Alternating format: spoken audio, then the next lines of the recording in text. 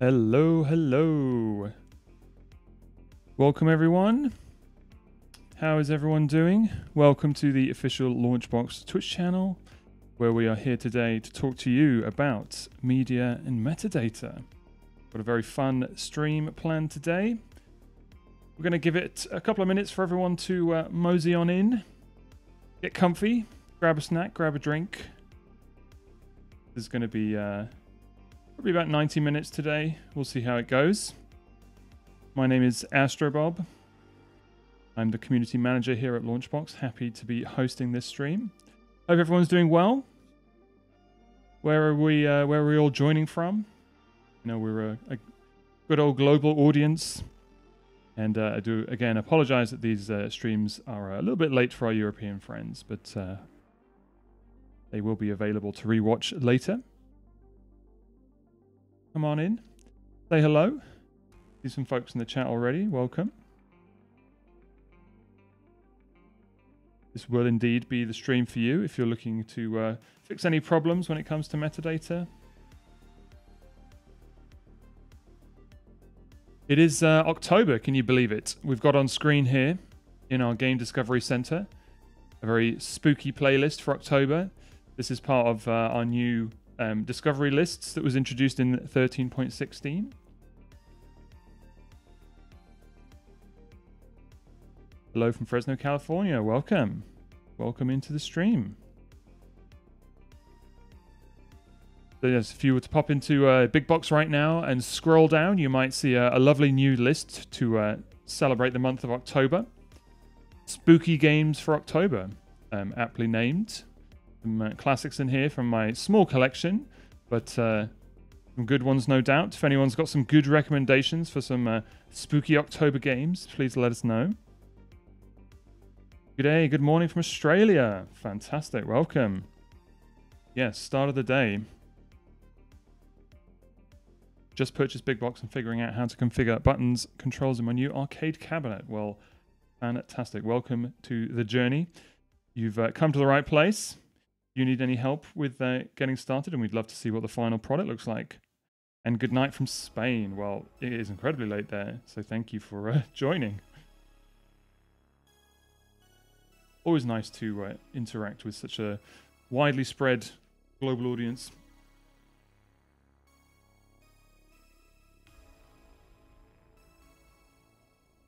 Okay, we'll give it a couple of minutes, but just to let everyone know what's going to happen today. So the plan is, this stream is focused on media and metadata, obviously a very key, integral part of our LaunchBox experience.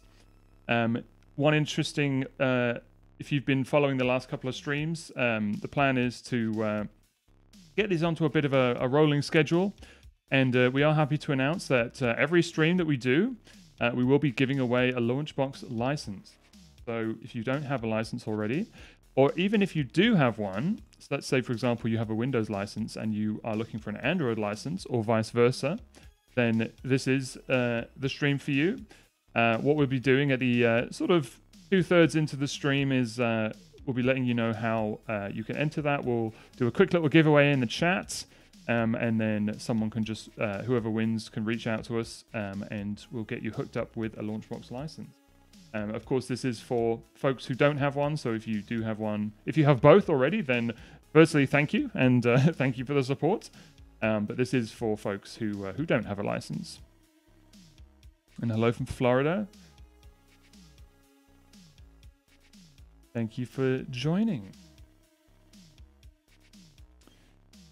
So definitely check out our spooky playlist for October. Obviously, like I said, my one is a little bit small, but if you have a lot of the games that are in there, you might see some good suggestions. And as we go through, since it is October, please let us know. We might be looking at some particularly spooky games in this stream today.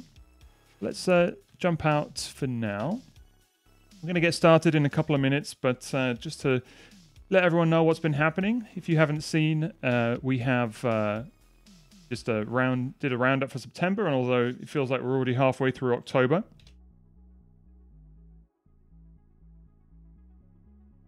we had a pretty busy month through September. We had 13.16 that just came out. which introduced a nice new feature of save management. We actually did a stream on that, which you can catch on our YouTube channel. And this goes into all of the details of the save management feature, backing up, importing saves. We've got some very nice examples in here that showcase how you can import saves from real hardware and how you can make multiple instances of saves and things like that. So really nice feature. We had some new additions to Big Box as well. And of course our winners from our 11th birthday celebration. And we also have some official responses to our big AMA, which we had at the end of August. If anyone is interested in that, we've got full details there. And we've got a bunch of really cool community contributions. We like to sort of try and showcase some interesting submissions to the forum, and there's a lot more that we can do in a post like this. But yeah, definitely give this a read if you haven't. So I think we're going to go ahead and get started. For everyone who's here, welcome. For anyone who's joining, my name is Astro Bob, the community manager here at LaunchBox. Happy to be your host today. So like I said, we are looking at media and metadata, all about media and metadata today. And we will also be giving a license away on stream later on, so hang around. Get comfy. This is very sort of informal. We do have a couple of things we want to go over. But if you have any questions, if there are things that interest you that you'd like to see a bit more of, please let us know.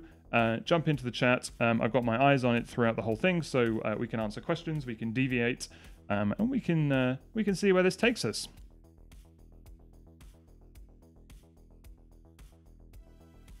All right, so I think we are going to jump in. Media and metadata. Why do we care about media and metadata? Well, it is one of the key pillars of LaunchBox. Of course, I think we have a bit of a reputation for spending a bit too much time on actually building LaunchBox versus actually playing games in LaunchBox, but it is part of the experience. It's something that our users enjoy and something that we enjoy giving the sort of capabilities to do that. So of course, your library in LaunchBox consists of a rich pool of media and metadata. And by media, I'm referring to things like images, box art, any sort of visual representation, videos, themes, things like that. And when we talk about metadata, we're talking about the information that is attached to games. So tracking things like the genres, the publishers, the release dates, things like that. Anything to do with the games themselves. And that's because I think we all have a bit of a nostalgic a love for sort of retro games here, and being able to sort of chronicle and catalog and look at all of that information in various different ways really kind of adds to our LaunchBox experience. Now, we try and do as much of this upfront for you. We have the LaunchBox Games database, which powers a huge chunk of where that metadata comes from. And so, in theory, we try and do all of that upfront for you, but we know that our users like to go a bit deeper than that. We're going to be showing you how to really make the most out of the available metadata, some interesting use cases for how you can sort of take your collection to the next level. So just to give you an idea of how this stream is going to run, we're going to spend a bit of time looking at metadata, all of the different ways and useful sort of use cases that you can sort of massage your LaunchBox instance to really kind of take advantage of that metadata. We're going to be looking at things like custom fields, playlists, the audit dialog, things like star ratings and how you can leverage those in playlists. On the media side, because this one can be quite, you can go quite in depth when it comes to things like region priorities and box priorities and things like that. If you're interested in that, this is definitely the stream for you. We are going to be diving into the nitty gritty of that. We're going to be looking at things like music, 3D boxes, manuals, all of the, we want all of the metadata, all of the things. We're even going to dive into the LaunchBox Games database as well and see how it all culminates in Big Box. I think Big Box is where most people sort of make the most of that media and metadata, because that's the place where you can really see the benefits of having all of that organized. And so what we've got is we've got a build here that is it's not in bad shape. It's got about 230 games in there right now. We've been slowly building this one up over the past few streams. And it's okay. It's got the bare essentials in there, but we're really going to take it to the next level and make it quite the build.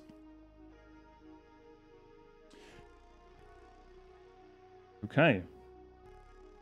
Exactly. So in the chat here it says completion makes emulation worth it. Exactly. There's something warm and fuzzy about enjoying those games when you have a sort of pristine collection that sort of encompasses it. So there's a question here that says in the next release, is the capability to choose platform categories and parents when importing games? Probably need a bit more information on that, but in terms of how we do it, the platform categories are denoted by the system itself. So when you import games, if we match against the LaunchBox game database, it's pulling the platform from that's where it gets it from.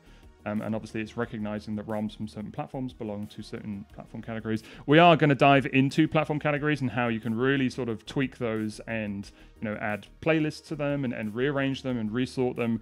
So hopefully there will be something there that might answer that question. Just answer these questions before we get started. Say, is it good to delete the game ID and searching for it again when updating the metadata?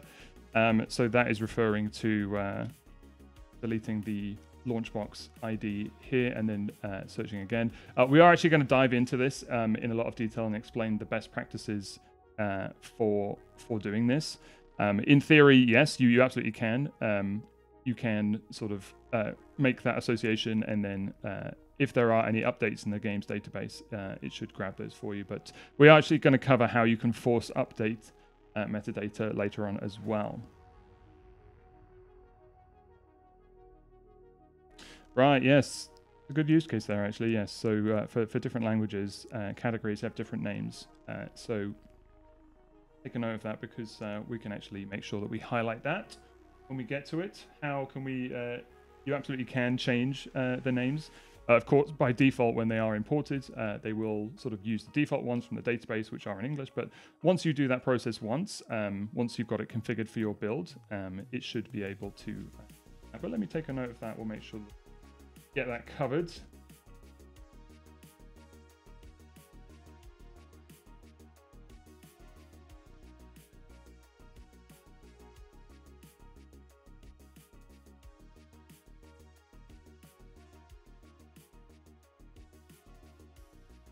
Okay. Alrighty. Well, let's go ahead and get started. So we're going to start with metadata. Now, like I said, metadata is everything that we see in LaunchBox, information that is associated with that game. So let's take Aladdin here, good old classic. Pressing Control E is a good quick keyboard shortcut, or you can go to Edit and edit metadata. And this is where everything lives that is associated with your game.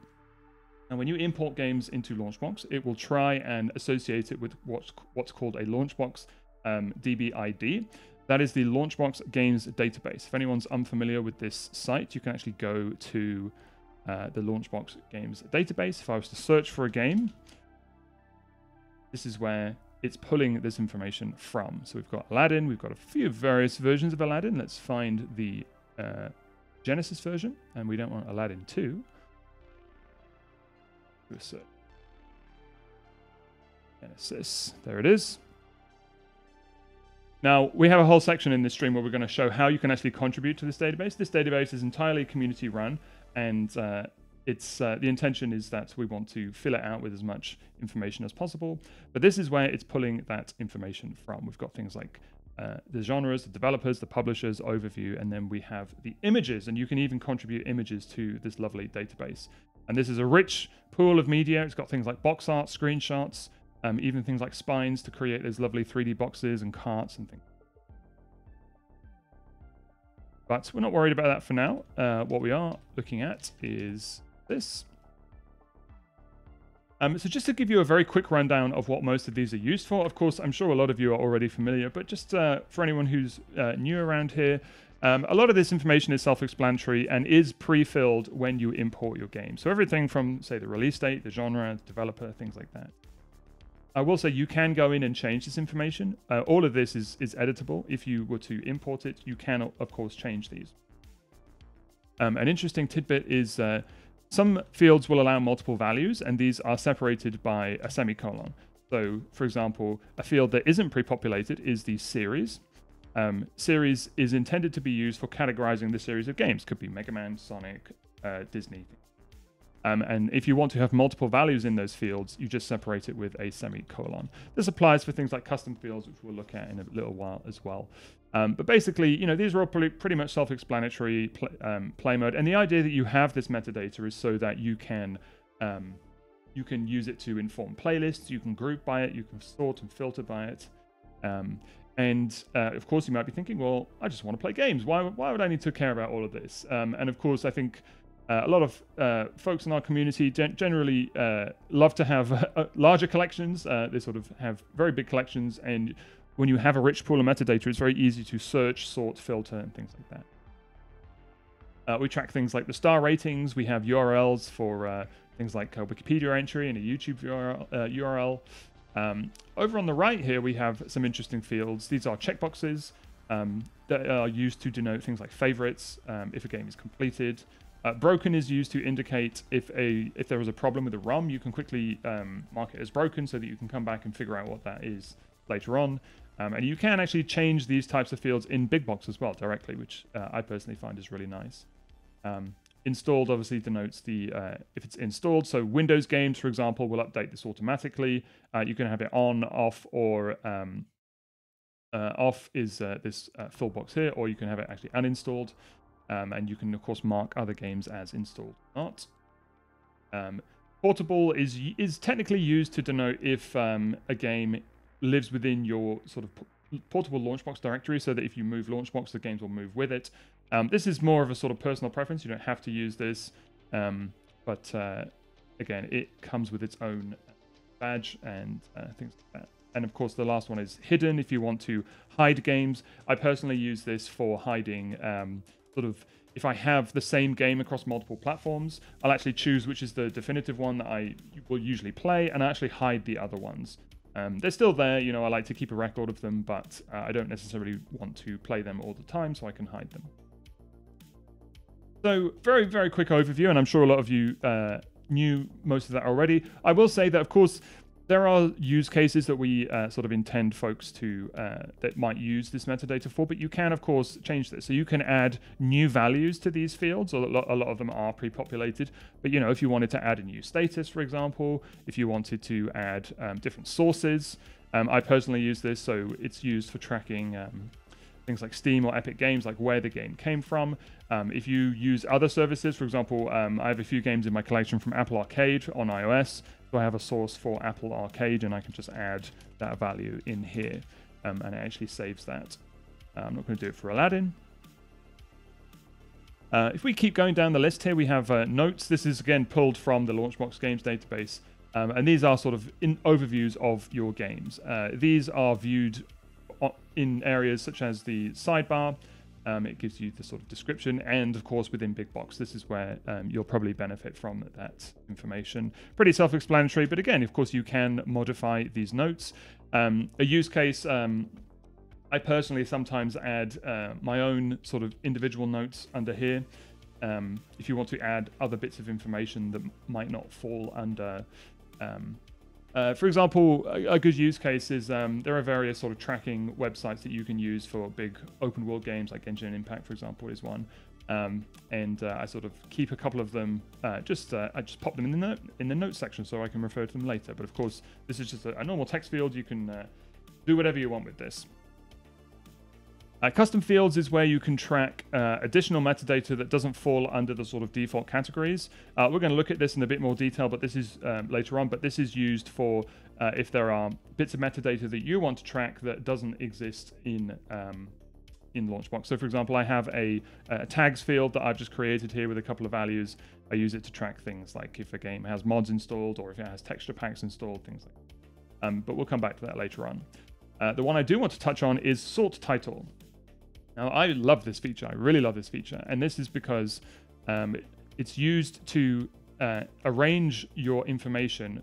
It's used to arrange your games based on this field. So why would I want to use this? Well, a good example is, let's go to, for example, Sonic.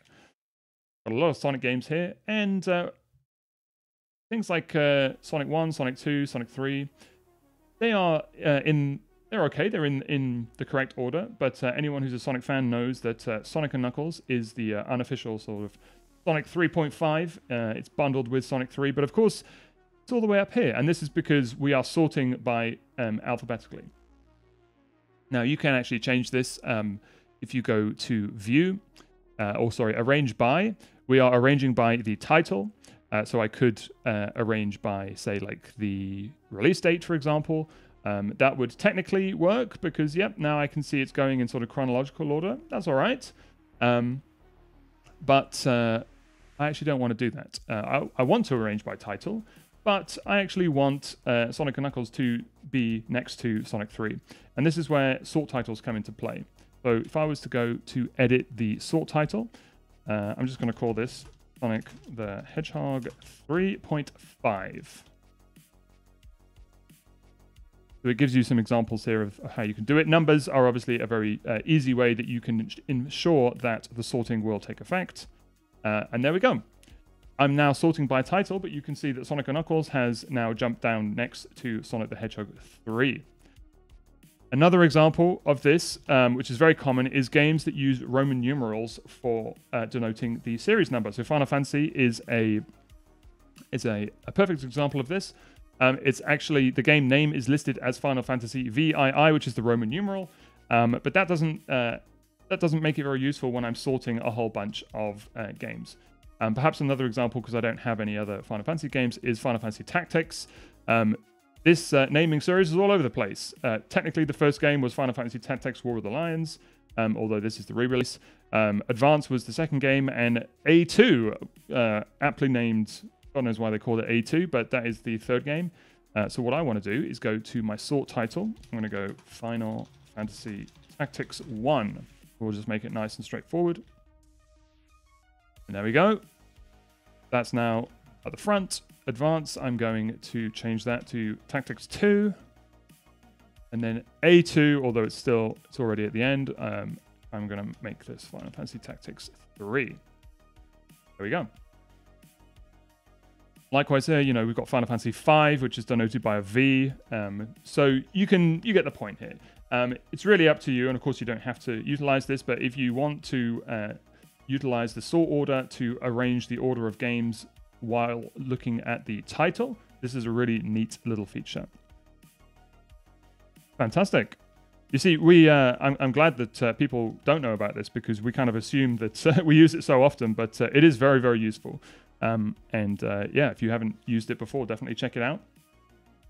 We will touch on this later, but sort order, if you ever see that in anywhere in LaunchBox, it's the same concept applies, because you can use it on things like playlists as well. Things like playlists and even platform categories will have a sort order. And we are actually going to cover that later on. Whenever you see things like sort title, that is the same thing as the sort order. So let's keep going. Let's go back to our favorites, and let's look at what other metadata we have. Well, we have something called, we'll do this first, alternative names. This is a really nice feature, and it's mostly used to track the different naming variations of games across different regions.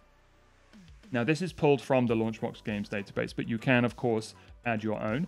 And what this does is it tracks different regional names for that game. Now, the biggest use case for this is for Japanese games that were exclusively released in Japan. The actual name that is used may be different to the global release. So I'm going to go to a classic game that did eventually make it out of Japan, but started in Japan, which is what we know as Sin and Punishment. Now, I absolutely love this game. It is a fantastic old-school on-rails shooter. If anyone agrees with me, please let me know. But I absolutely love this game. Now, it's referred to in the West as Sin and Punishment, but the actual ROM file and the Japanese name is a name that I'm not going to attempt to butcher, but you can see that this is not the same as the name that we know it. So I'm going to edit this name, and I'm going to go to alternative names. And here we go. We can see that the LaunchBox Games database actually has these tracked already. The one I want is Sin and Punishment. That is the name that I know it as. And you can add a new name in here, and you can set the region yourself if you want, if it hasn't pulled it down from the games database. But what I want to do is I'm going to hit Set Selected Name as Title. You'll see it's swapped it out. So the original Japanese name, which is from, it's got the region as Japan, has now been added to the alternative names, and the title has now been referred to Sin and Punishment. And that is fantastic. Exactly. So, like I said, Japanese names is the, it's probably the biggest use case that I would say I use this for. But, for example, there are a bunch of other examples that you could use. So let's look at Ridge Racer 64, for example. Goodness knows why the name has RR64. Maybe they needed to clarify what that means, or maybe they could have just called it Ridge Racer 64. So you've got two options here. You could, of course, go into the sort title and just call it Ridge Racer 64. Maybe I prefer that. Or you could use an alternative name. Now, there isn't one here, but I'm just going to call it Ridge Racer 64. And I'm going to set that title as the name. Give it a name, a region. And there we go. Now, you could, of course, just change the title. There's nothing wrong with doing that. The only reason you might want to put it as an alternative name is so that you can maintain the history of that original name if you ever wanted to refer to it. So really kind of personal preference, but you could, of course, just rename it. I'm just going to call this Ridge Racer. Now, of course, what I'm doing here is, it's a manual process. You wouldn't want to do this for like a whole bunch of games, but there are those instances where you might want to do that. So, for example, what I'm going to do is I'm going to filter. This is a very powerful, often overlooked feature, which is very quickly filter by metadata. And what you want to do is I'm going to go to the region, and I'm going to search for the region of Japan. And let's just see if there's any other games in here that have Japanese names. Actually, they don't. Sin and Punishment was the one that we changed. But here's a good example. For example, Mega Man. I'm sure a lot of you know this. It is referred to as Rockman in Japan. That is the Japanese name. Let's see if this one has an alternative name. It's still Rockman, but let's say, for example, you actually prefer to change that to Mega Man. You, of course, could do that using an alternative name. So I hope that makes sense. And that's a very good point there from Farron, which is one of the reasons you might want to keep the original names is that you can... you might want to keep the alternative names is that you can search by them. So, for example, I just changed Ridge Racer 64, but because RR64 was still as the alternative name, I'm pretty sure I could actually search for that. And there we are. Likewise, if you knew what the Japanese name was, you could search for it in here. And although it might not be the title of your game, you could do that as well. Okay, let's keep going. We've got a lot of fun stuff here. Let's look at alternative apps. We've touched on this in previous streams. And for anyone who hasn't used alternative apps, it is a way to track... you can kind of use it for a bunch of different use cases, but the most common one is used to track regional variants of games under a single entry. You can use it to track things like if you do things like homebrew and sort of ROM hacks for a single game and you want to maintain those under a single entry, you can do that. We'll show you an example of how this works. But yeah, Geeko says very useful for those who use another language. And yes, as we were talking about with adapting the interface for different languages. Exactly. So you can still maintain the sort of original name from the game's database, but then you can actually set the title as your preferred language name. I love it. Foxworks says, I see my weekend quickly filling up with LaunchBox maintenance day. Exactly.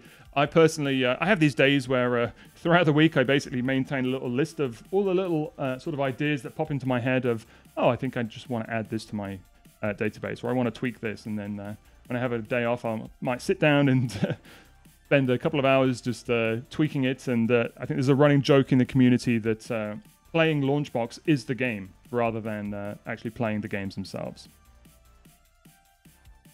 a very good question here that says, if I do any of this, will it transfer to Android if I send it? That is a very good question. I personally am not 100% sure exactly what transfers. We do have the option to obviously export to Android, and my understanding is that it uses some of the same metadata. If Aaron's in the chat, maybe you can help me clarify that as to what exactly gets transferred to Android, but that is a very good question.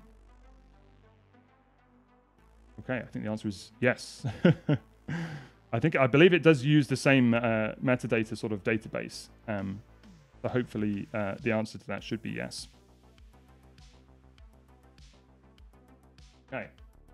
So let's look at the example of additional apps. Now, I use this example a lot because I love this game and also because it is a good example, which is Donkey Konga. So hands up anyone who had a pair of DK bongos. I promise that's not a personal question. But if you're like me and had a GameCube and had 2 pairs of DK bongos, this was a fantastic game, a good old rhythm game. And the reason I bring this game up is that it has completely different track lists depending on the region.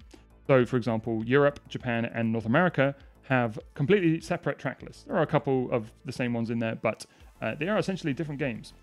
Now, this is personal preference. Some people prefer to track individual variations separately.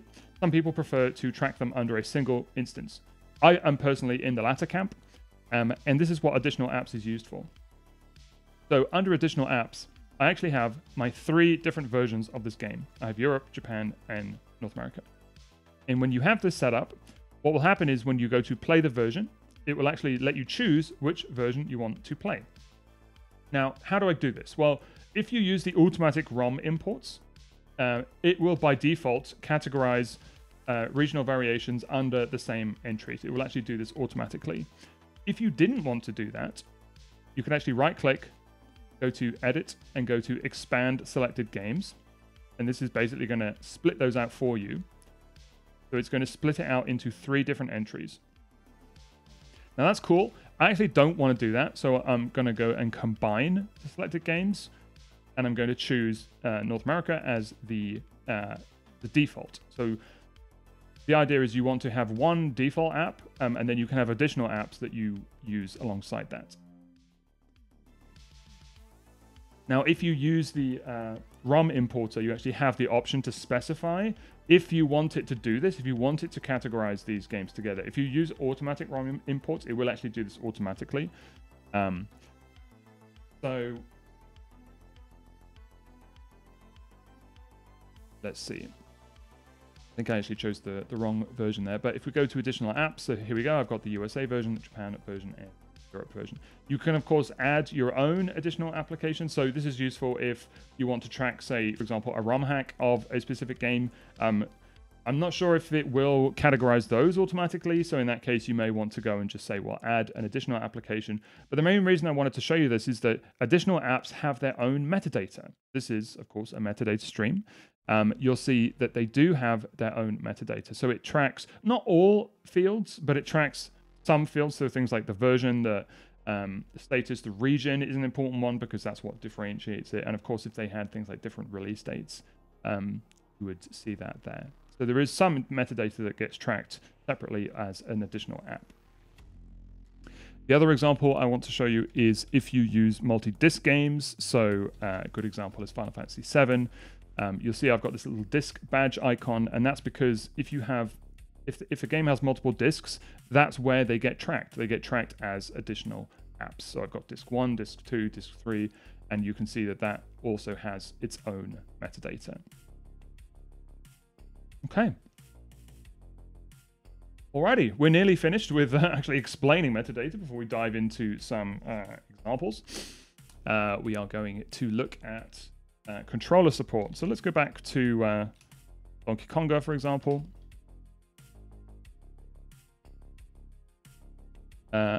Under the last thing under metadata we have is controller support. Now, if we go, actually, let's go to a game that has controller support. Let's go to Windows, for example. Let's take, this one. So, for example, most games from Steam that get imported will have Steam controller, gamepad. This is a way that you can track controller types against games. Now, the LaunchBox Games database does a fantastic job of doing a lot of this for you. It's very rare that I actually would do this manually. If I go to filter, for example, and buy controller support, a lot of this is very, very well filled out already. So things like, gamepads, you've got joysticks, I've got the Atari joysticks here, keyboards, light gun support, games that support motion controller, look at that, motion fishing controller. I don't know if anyone ever had the Sega Bass Fishing Dreamcast controller, but it's letting you know that this game works with it if you're ever in the mood for some fishing. We've got things like rhythm controllers and racing wheels, and this was all pulled from the database. I say, actually, that's a lie. All apart from this one, the DK Bongos. That's because I created this myself. So I'm going to show you how to do that. Let's clear my filter. So again, Donkey Konga. Oops.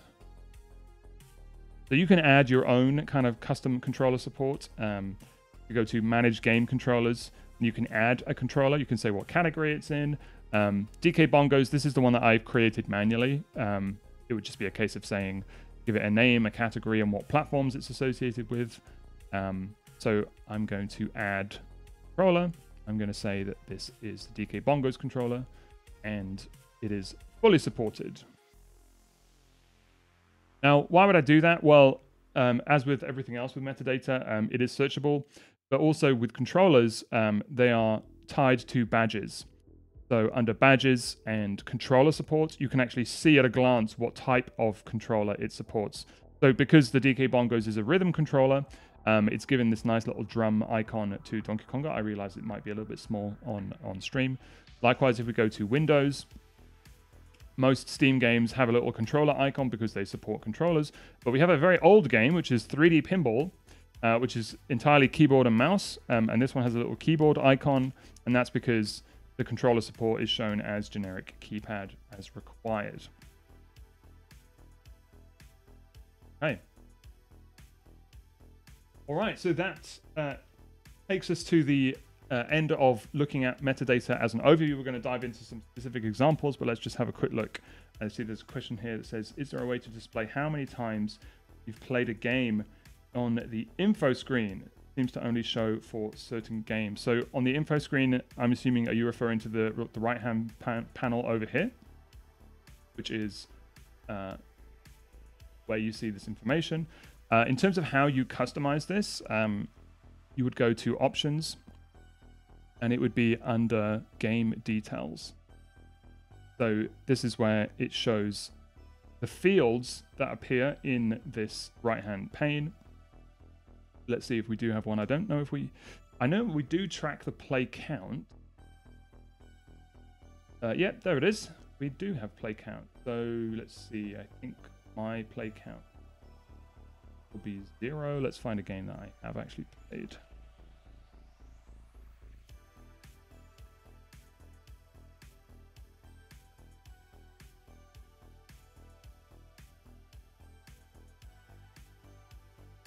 But yeah, you're right. It looks like it's not actually appearing on the game details. Let me just make sure I was looking at the right thing. Count.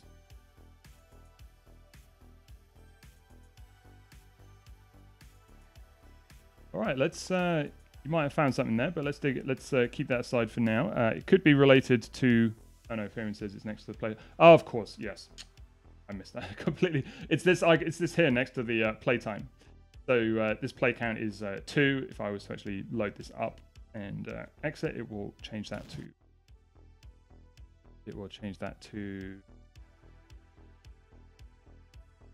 3. There we go. My bad.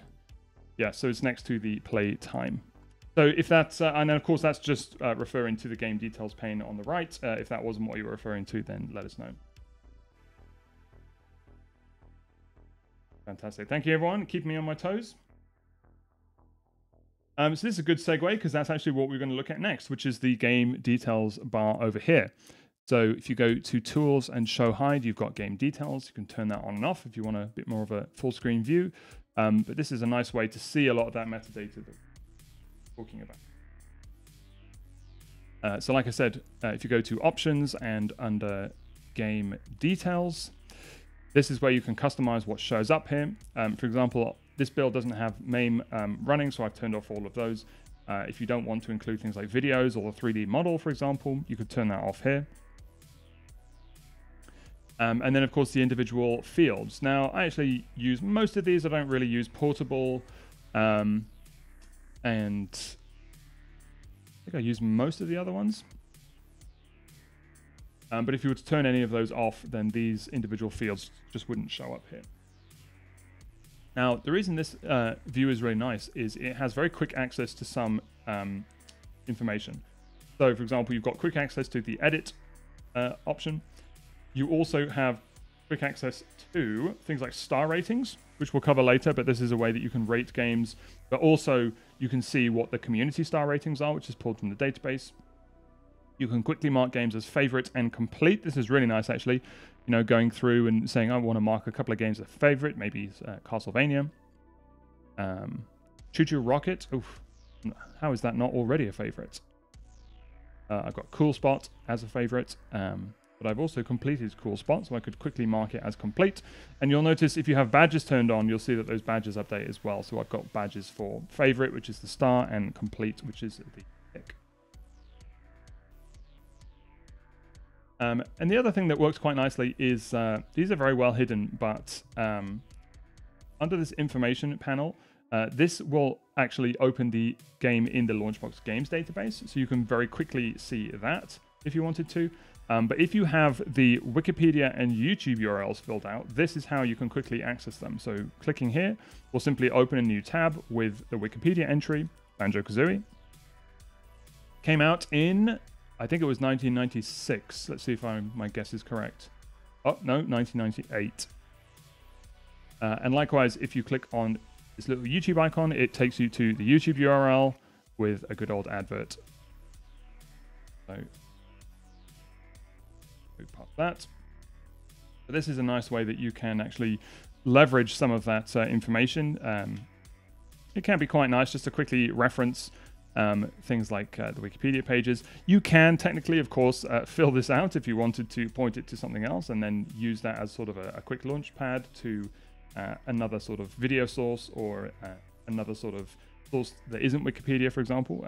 But of course, that is entirely up to you.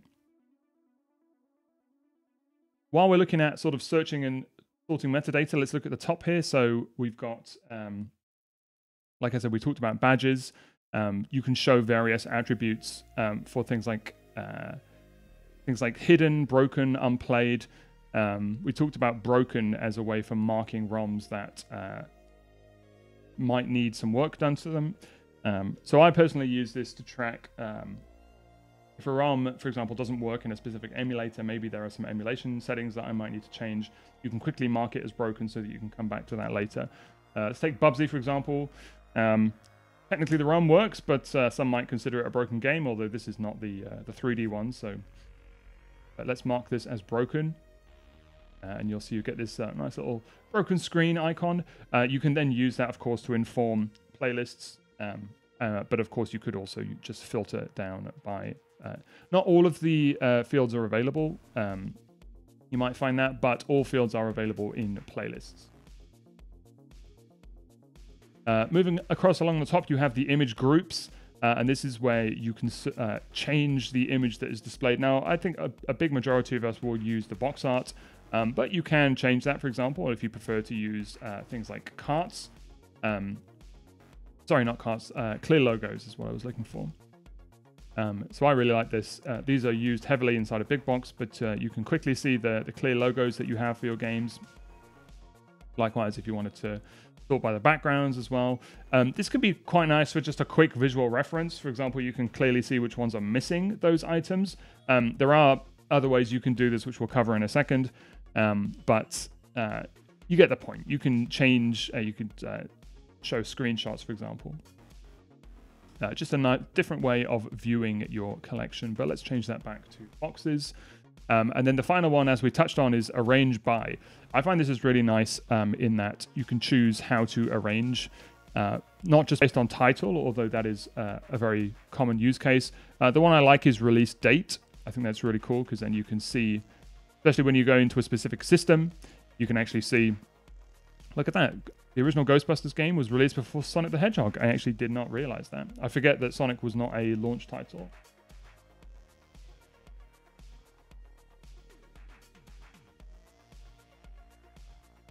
You can, of course, sort by everything, but I think, I mean, we were talking about this the other day. I think there are probably only a couple of fields that people really sort by in here. I think release date, release year is a good one. Things like the status, perhaps, the title. Because things like, you can, of course, you know, you could sort by favorites, for example, have your favorites sort of at the top of your... you'll see how it does these categories as well. So is favorite yes or favorite no. One interesting thing is that you can set the sort, I'm sorry, the arrange by, I guess, view in a specific playlist. So for example, here I've got recently added. This is a playlist of games that I've recently added. And if I go to edit, under sort games by, most playlists will have default. And that means if it's set by default, it's sorting by whatever you've got selected here. But you can change that in that specific playlist. So in my recently added, I always want to sort by the date that they were added. And that's so that I can see the most recent ones will show up at the top. And that sort will stick for that specific playlist. So this is a really useful feature for customizing playlists to your liking without sort of taking into account the default sort of arrange by. We have a question here that says, can we sort using a custom field? There might be some limitations on that, but let's actually try. I think you can. So I have a custom field here called tags. I can arrange by that. It's saying tags none. Let's sort that by the other way. And let's see. There we go. Yep. So these are games that I've marked as texture. These are games that I've marked as mods. And these are games that don't have any tags. So yes, I believe you can. There might be some restrictions in terms of where you can access those. I don't think, for example, if I go to edit, can I sort in a playlist? I don't think I can. Yeah, so custom fields are an interesting one. There may be some restrictions depending on where you're trying to sort. It doesn't look like I can do it within a playlist, for example, but I can do it in the arrange by.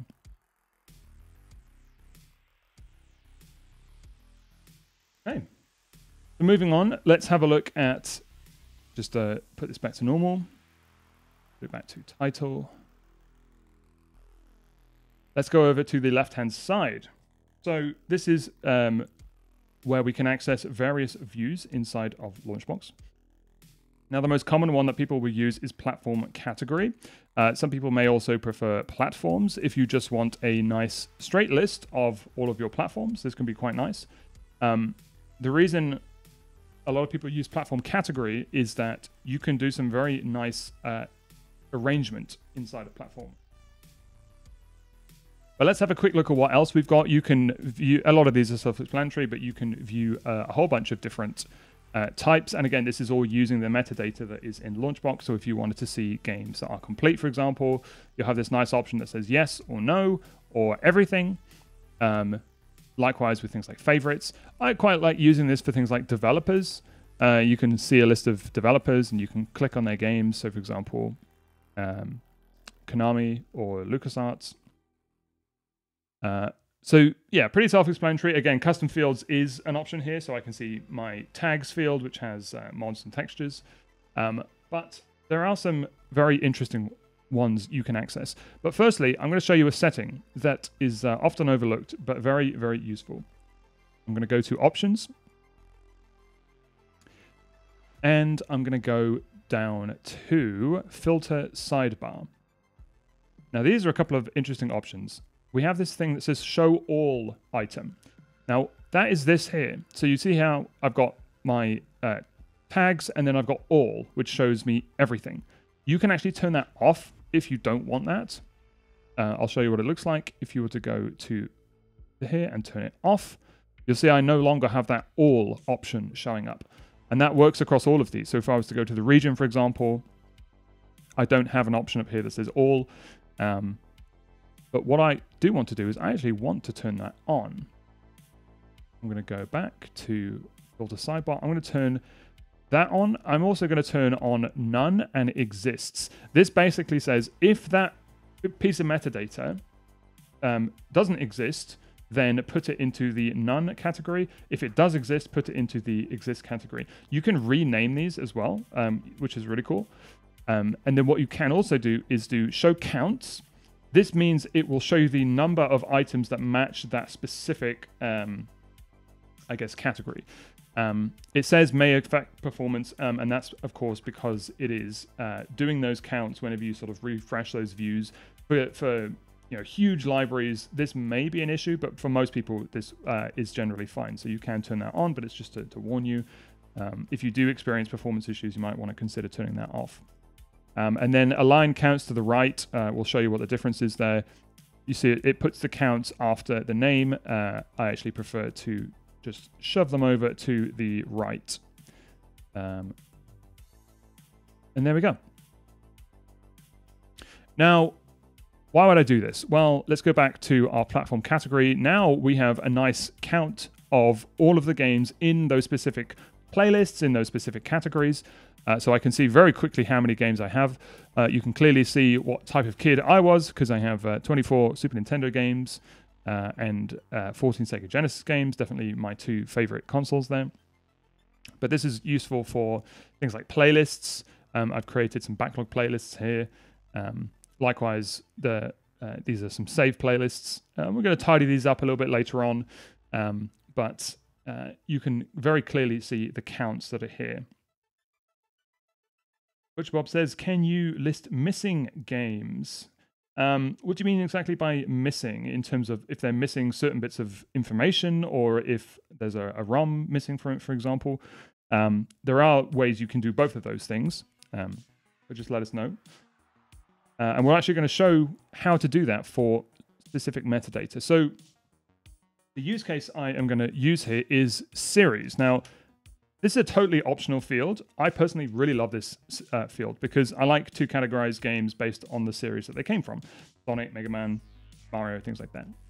Now, we don't actually pull, the database does not store series, and some people might say, well, why don't you? And that's because series is a very, very subjective field. Some people prefer to tag things by the overall series, like Mario. Some people prefer to get very granular with the individual sub-series, all the way, Mario Party, Mario Tennis, things like that. We kind of leave this up to you as to how you can do it. But one of the best ways I like to tidy this up is by changing my view here to series. Now, we can see all I'm not so interested in. I basically got games that have no series, or games that do have a series. So let's go to no. And thanks for that, Butcher Bob. We'll come back to that example in a second, because yes, we can. We're going to do a search for Sonic. Got a couple of Sonic games here. I'm going to highlight all of them. I'm going to edit. This is our bulk edit wizard. So I'm going to go through and I'm going to say I want to edit the series, and I want to add a value of Sonic the Hedgehog. Let's hit next. And there we go. You can see now there is a new value with Sonic. It's got 17 games. Likewise, let's do Mega Man. There we go. Bulk highlight. Next. Series. So let's do Mega Man. If you have a value in here as well, you'll see if I click the drop down, you can actually select that value rather than having to type it out again. And that just makes things quite quick. But you can see here, I'm very quickly starting to fill out my collection. I would highly recommend utilizing search. It's just a lot quicker than obviously going through and selecting different games. And of course, this is entirely subjective with how you want to categorize these. We'll do one more. What series do we have? We've got a few Dead or Alive games in here, I think. Yes, we do. Go to series, do Dead or Alive, and boom. There we go. So very quickly, you can see that using search, I was able to add a whole bunch of metadata. And the nice thing is that now that I have this none and exists option, I can very clearly see which ones do have that information. Another example is things like release dates. Now, the games database will fill out the majority of those, but I can see here, I actually have 2 games that don't have release dates. And so this is a nice way that you can kind of audit some of your metadata. There is actually, we have a specific audit window which can go alongside this. But let's go back to Butcher Bob's question, which says, can you list games that have a missing ROM file? So I actually have a playlist that does this. Now, the way you would do this is if you, let's edit a game. So this is where LaunchBox tracks the location of that ROM. So if that path is empty, it basically means that there is no ROM. So what we can do is let's go back to platform categories and let's make a playlist. Just click anywhere and do new playlist. I'm going to call this missing ROMs. I'm going to auto-populate and I'm going to do, the one you want is application/ROM path. That is the item you want, and you want to do is empty. We'll call it missing ROMs. What I forgot to do was I need to give it a parent. For those who don't know, assigning, when you create a playlist, they will automatically get added to this playlist section. But if you want them to show up in your platform categories section, you need to give it a parent. So I'm just going to give it the parent of root. You could have it show up under certain platforms, and we're actually going to cover that in a second as well. But let's click OK. Let's go back to platform categories. Missing ROMs. Now I have no missing ROMs, but let's go ahead and change that. Let's take I don't know, let's take Animal Crossing, and let's actually just clear that out. So let's say, for example, this entry was created in the LaunchBox, but it didn't have a ROM associated with it for whatever reason. It could have been it probably wouldn't be because of the importer, but an example I use is I actually track games that I've purchased, and I don't necessarily have a ROM on disk for all of those games, but I like to have that entry.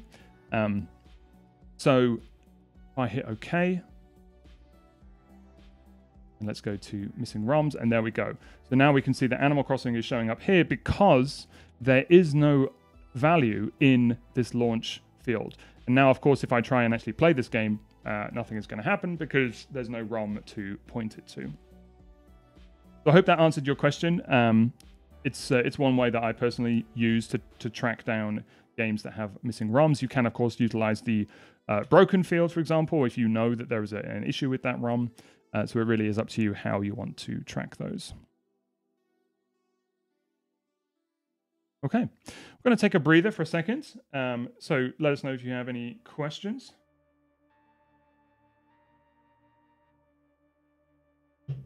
Well, let's keep going. Crikey, we're already at the hour. I didn't realize we could talk so long about metadata, but hopefully everyone is learning something, and we shall crack on. So we've looked at media, we've looked at all sorts of metadata. We did touch briefly on star ratings. Now, star ratings are incredibly useful because not only can you give your own star rating to a game, LaunchBox will aggregate ratings from the community, and it will pull those aggregate ratings into your instance. So you can see exactly what people are sort of saying about games. And the reason you would do this, I'll show you an example. But first, let's look at how I get this information in there. So I can see if I go through these games, I've got various star ratings. A lot of them are rated very highly, which is nice. But you can add your own rating. So let's say, for example, let's take Bubsy. What did they give Bubsy? Oh, 2.7. I mean, that's pretty low compared to the rest of my collection. Maybe I'm a Bubsy mega fan, and I actually think Bubsy is worth 4 stars. So you can see I actually just go and click 4 stars, and boom. Now, your star rating will always take precedent over the community star rating. So think of it like that. If you don't have a star rating, it will use the community one. If you've given a game a star rating, it will use that one. So I personally think Bubsy is worth 4.0, the Jaguar version. And you can see it's denoted by a different color. So if it's blue, it means that it's the sort of community aggregate rating. And you can actually see it says, look at Bubsy. So I gave it a 4. It says the community star rating is 2.66, and that's from 41 people. Now, there might be an instance where it hasn't grabbed a star rating, and you can go to Tools, and you can go to Manage. You can go to Download and Update Community Star Ratings. What that will do is it will just go through your entire database, and if there are games that don't have star ratings, it will try and grab those from the database. So let's go ahead and do that.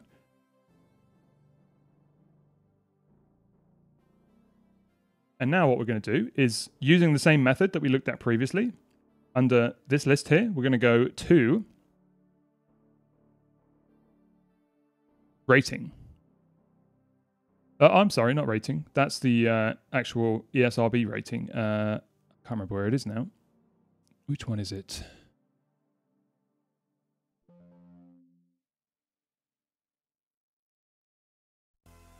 Star rating, that's the one.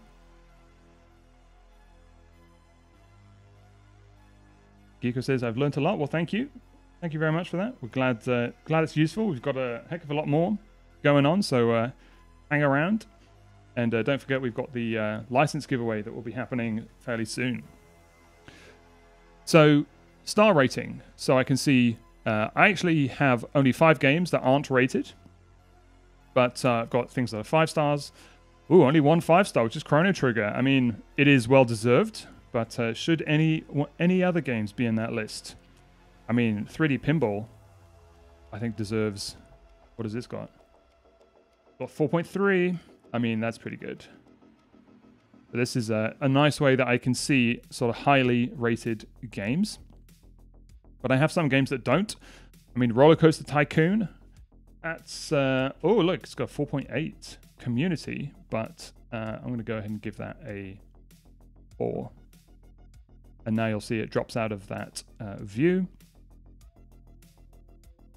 And of course, these games here have no ratings. So Donkey Konga, for example, has 0.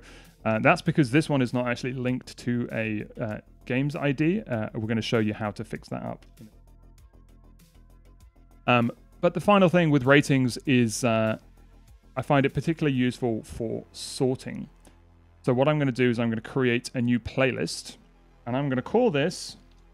Inspiration.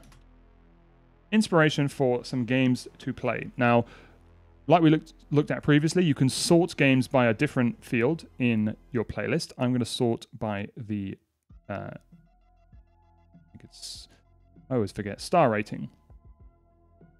Let's put it in my root, and let's auto-populate. We are going to say star rating is greater than 4. Okay, and here we go. This is my inspiration playlist. So I can come in here and I can very quickly see what are the top rated games. So we've got 5 stars, which is Chrono Trigger. Let's actually edit this as well to say is not complete, for example. So it's going to take out the games that I've already completed. These are games that I want to play. Likewise, you could change this to say something like, I think it's unplayed. So have I actually played this game? If I have, then I can't find it in this list, but you see the idea.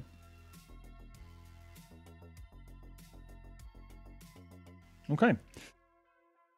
The next thing we're going to look at is the audit tool. So we'll go to audit and all games. I'm sorry, I should have actually not done that so quickly. So the audit tool is a way that you can get really deep with metadata. It's located under Tools and Audit, and you can audit all games or you can audit a specific platform. So if I was to go to all games, this is really nice for tracking down games that are missing bits of information. So it's got the platform, it's got the title, it's got every single bit of metadata in your entire database can be accessed from this view. Now, what's really nice is that you can actually copy this information, and you can, it says here, you can paste it into, say, an Excel or another application. But this is used to actually track down missing bits of information. So you can actually edit the game directly from here. So you can actually just click on its name, for example. If you right click, you've got options like you can download media from here, you can combine them. Hiding from list is quite useful. This is just temporarily hiding it from this audit list. So let's narrow this down a little bit. Let's go to consoles and NES, and let's audit just that platform. And there we go. So let's say, for example, I didn't want to look at this one. I could just hide it temporarily. But where I find this is quite useful is you can see what's missing. So I can see here straight away, if I click on these fields, I can sort by them. So I can see this one here is missing a video URL. Likewise, I can look at the different image types, and I can see which ones are missing certain images. I think Windows is pretty messy, so let's see what that looks like.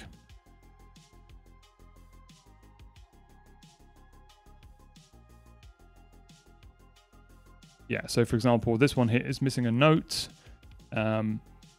You can also see which ones are missing LaunchBox IDs as well, so which means that it's not linked to a database. Likewise, I can see here which ones don't have series. This one doesn't have a status. So yeah, a whole bunch of stuff that you can do in this view. For images as well, if you actually click on the image, you can actually see what that image is. So I can see here, for example, I'm missing a whole bunch of 3D boxes for some of these Windows games, like all of these ones. So I could technically just highlight these and then download those boxes if I wanted to. We're going to look at the download process for media a little bit later on, so we'll skip over that for now. But the audit window, very useful for bulk editing. Likewise, you can select multiple items and you can do the same bulk edit rather than doing it from your sort of box view.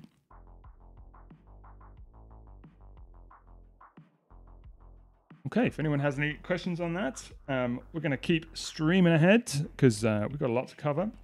But we're going to look at playlists. Now, this platform categories list has become a little bit unruly. It's looking a little bit messy for my liking. So we're going to go ahead and tidy this up. So the first thing I'm going to do is I'm going to go ahead and turn off the none and exists. I'm going to leave the count on. And this is just a personal preference. Now, a lot of you will see that LaunchBox will categorize by things like computers, consoles, and handhelds, and arcades are the 4 most common ones. But like I said, when you create playlists, you can have those appear in platform categories as well. And if you want to tidy that up even further, you can create what's called a new category. Now, a category can be used for anything. I personally use them as sort of placeholders for playlists. So, for example, I have a category here called backlog. So this is the category, and you just have to choose the parent, as in where do I want it to live. I want it to be in the root, but, for example, this playlist here, the parent is set to that backlog category, and that's why I have this nice little drop down with those playlists inside. So I've got a couple of playlists here. I'm going to create a new category, and I'm going to call this, I'm just going to call this sorting. So this is my sorting playlist. It's where I can manage all of my various bits of information. I'm going to set it as the root. And then what I want to do is add all of these playlists to that sorting category. So you'll notice what I did there. I added it to the sorting category, but I forgot to remove it from the root. And that's because a playlist can exist in multiple different categories. So now you'll see it still exists in the root, but it also exists under that category as well. This is actually quite useful for things like consoles. So for example, a very specific example that I personally use is, if anyone remembers the GameCube and the Game Boy Advance link cable, you could actually hook the two up, and there were games that you could download from the GameCube to the Game Boy Advance. It was very cool. Those are called multi-boot games. And what I've done in my personal collection is I actually have a playlist that exists under GameCube and under Game Boy Advance that shows all of those games, because they're technically touching two different systems, and I just personally like to have that referenced under both. So I would have a playlist under GameCube, and I would also have a playlist under Game Boy Advance. It's the same playlist, it's just that I can have it show up in two different places. But let's go ahead and fix this. Let's turn off the root under my inspiration player. I'm actually going to leave inspiration out, because that's not really sorting, but this one is. This is missing ROMs. Let's put that in the sorting category, and then save backups. Let's also put that in the sorting category. And there we go. Now we looked at, we talked about the sort order, and this is how I can denote the sorting in the platform category list. So for example, my backlog, this is a bit of a crude implementation, but I've just put numbers. I'm sure there's probably a better way that we could do this, but just for the sake of this stream. So now I've got my backlog category, my sorting category. I'm going to put inspiration right at the top. There we go. So this is looking a bit better. So I've got my favorites, I've got my inspiration playlist, I've got my recently added playlist, and then I've got my two different categories with a couple of playlists here as well. Now, what you can do is you can actually take an entire category and you can hide it from BigBox. This is really useful for, I have a lot of sort of metadata cleanup playlists in LaunchBox that I wouldn't ever really want to touch inside of BigBox. And so let's take this sorting category and let's actually hide it in BigBox.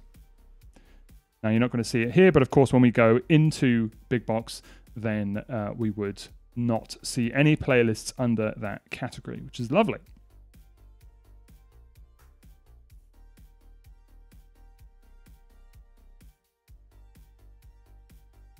Okay, now there was a question about different languages. Now let's see if we can address that here.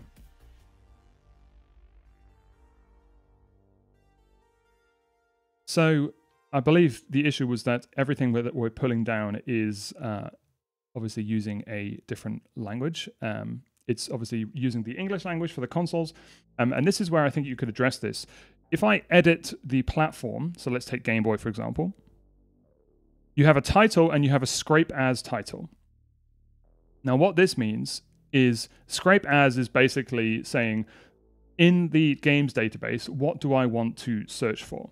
So if I was to call this something else, the title is purely just for my own reference. It's the scrape as title that you don't want to change. So if you wanted to change this to a different language variation of this console name, you could change it here. As long as you left the scrape as value as Nintendo Game Boy, everything would still work. So when you import games in the future, it's still going to match those up. It's just that in your platform category list, you would it would show that new name. I mean, let's just call this let's just call this Nintendo Super Game Boy, just for fun. It's worth noting that a lot of the folder structure is based on this name. It's totally fine to change that, but it's just warning me. It says, would you like to update your default platform name to use this new title? Now, I'm just going to hit no for now, just because I don't actually want to change that, but it would show up here, and your folders on disk would reflect that new name, but it's still actually scraping correctly, and it's still able to show all of that information. So I hope that answers your question. Okay. I mean, I think it's nearly time to move on to media. The very final thing is, we touched on it, which is custom fields. And I feel like there's not too much more to say other than in 13.16, you now have the option to select from your custom field values as a drop-down, whereas previously it was a list. I'm going to go ahead and add a new custom field, and I'm just going to call this purchased. I like to track games that I purchased. I'm going to call this physical. And now I can, let's use the same concept we did before by, you can see how I have my custom field here. The one that I just created is now showing up. So I can see all, I've got my physical games.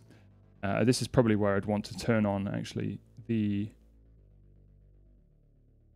none. So let's go through and let's say, which games do I own physically? Pretty much most of them, to be honest. Let's just take a few examples and let's say,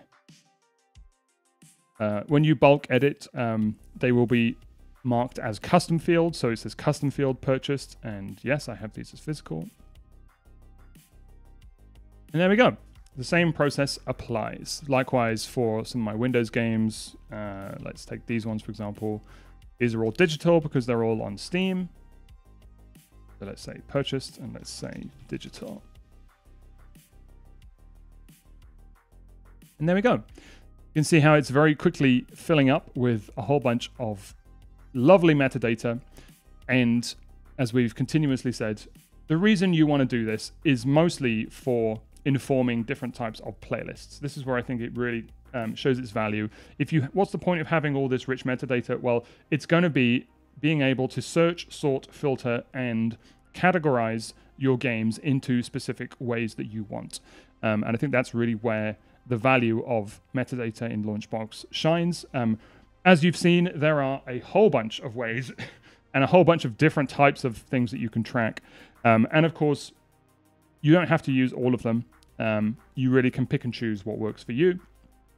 But hopefully that helps you to really take that collection to the next level. So speaking of next level, we haven't even touched on the physical aspect of things, which is the media itself. We're going to dive into that. I'm just going to take a quick glass of water. So if anyone has any questions about metadata, now is the time to shout out.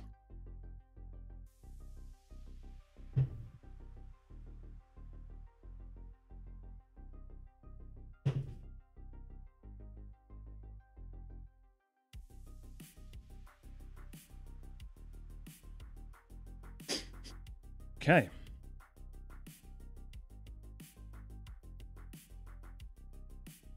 Alrighty. Let's carry on. I hope everyone found that useful. It's nice to hear that some of these little tidbits some people may not know. So let's talk about media. Now, when you use the auto import feature, which is the default way of getting games in, it will grab 4 bits of media. It will grab a box front, it will grab a logo, it will grab a background, and it will grab a screenshot. Now, there are a whole bunch of other different types. And when I say types, so for example, let's take Aladdin. Let's look at its images. And you can see here, we've got a box front. We've got, I've actually got a whole bunch more. So I've got like a clear logo, I've got a background, a game title. What does all this mean? Well, we're going to show you how to really properly configure this to your liking. I love it. Yes, metadata, exactly. The company does have all your data. I'm sure they do. But not your LaunchBox data. So we have 2 main settings you want to be aware of when it comes to media. Now, by the defaults will work for most people, but if you really want to get into the nitty-gritty of configuring this, this is where you want to be. The first one is region priorities.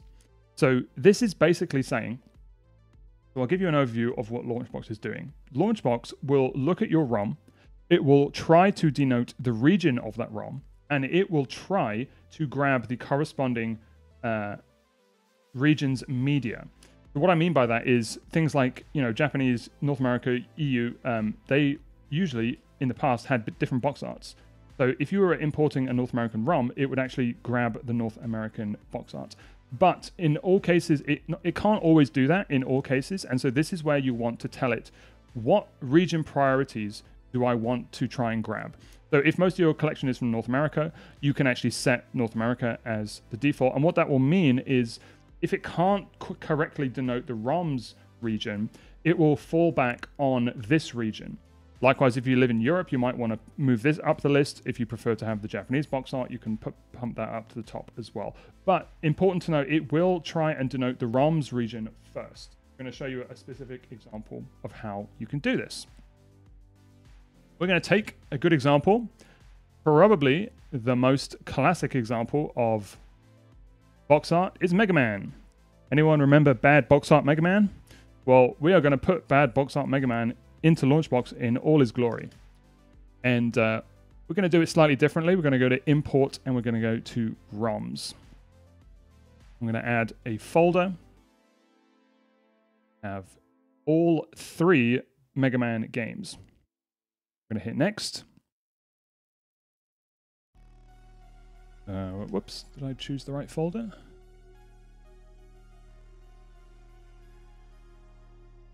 This is for the Nintendo Entertainment System. Let's copy them into our LaunchBox directory. We're going to leave this all as default for now. We'll come back to this and show you how you can configure this. If anyone hasn't used EMU Movies, it's just a way that you can grab additional information, additional sort of artwork, and it also includes things like manuals, which I really love. We're going to skip over bezels. Now, this is what I want. It says combine ROMs with matching titles into a single game. Like we looked at previously with Donkey Konga, if you have multiple regional versions of the same game, if you use the auto ROM import functionality, it will actually group those together. But using this wizard, I have the option to choose if I want that. So I'm actually going to leave this off. Combine ROMs with matching titles into a single game. We're going to turn that off. And there we go.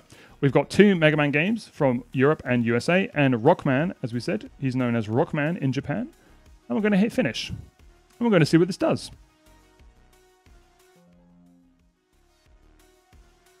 So let's go to our recently added. And there we go. We have Mega Man from Europe with questionable box art. Let's actually have a look at that box art. This is from Europe. You've got that sort of Star Wars poster style aesthetic there. We've got the Japanese box art, which is more sort of cutesy Mega Man. There we go. In a nice little different shaped NES box there. Rockman. And then we have the abomination that is bad box art Mega Man. Let's see what he looks like. There he is. In all his glory. Who ever thought that was a good idea?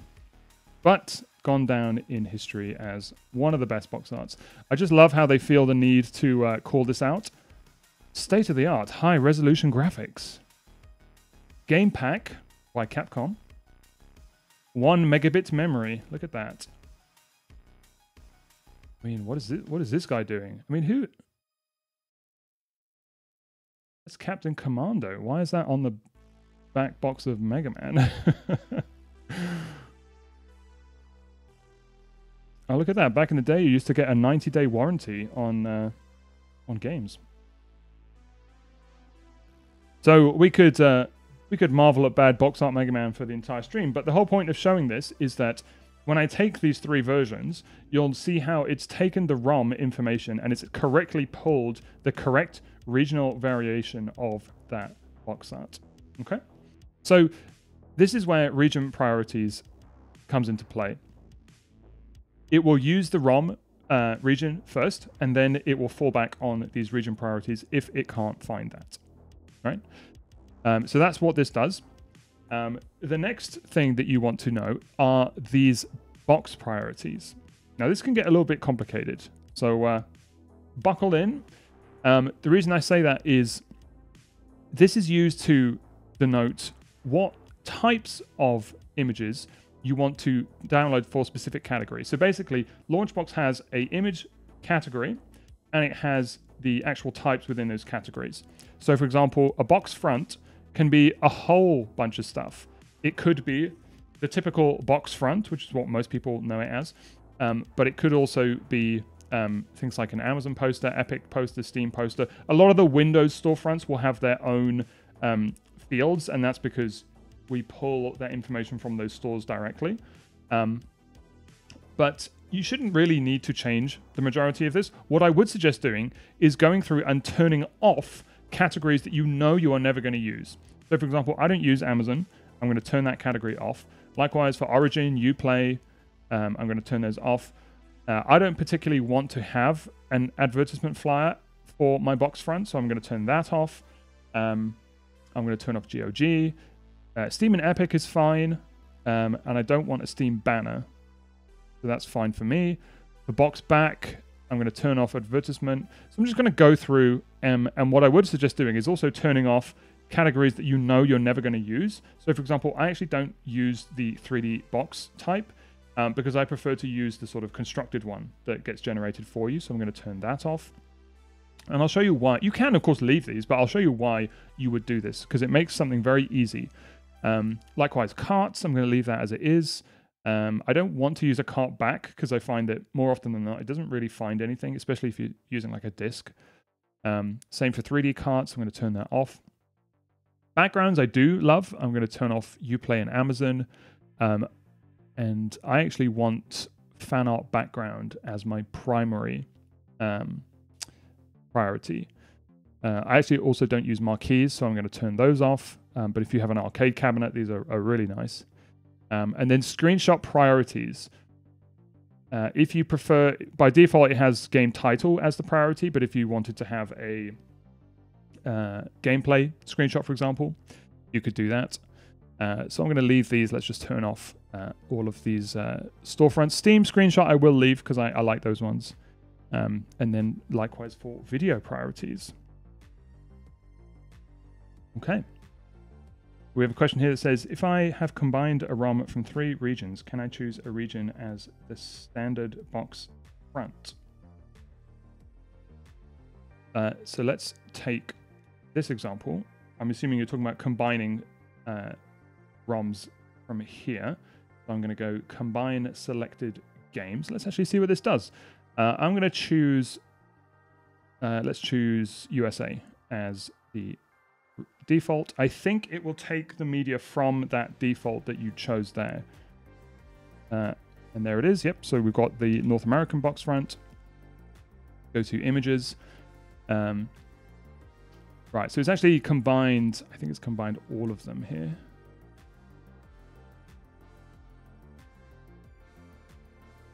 Yeah. What's interesting is if you have more than one item as a box front, it will actually rotate between those. So it sort of randomly picks one.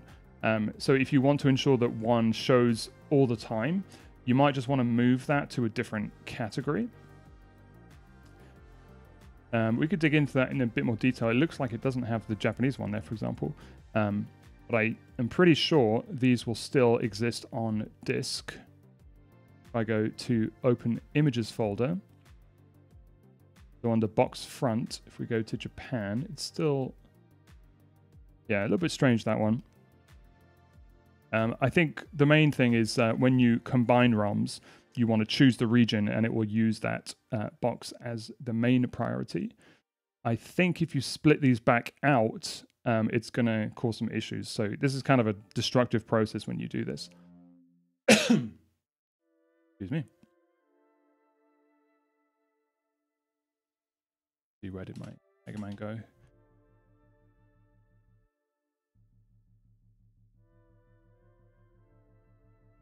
Okay. Yeah, I think I probably messed something up there. But let's move on.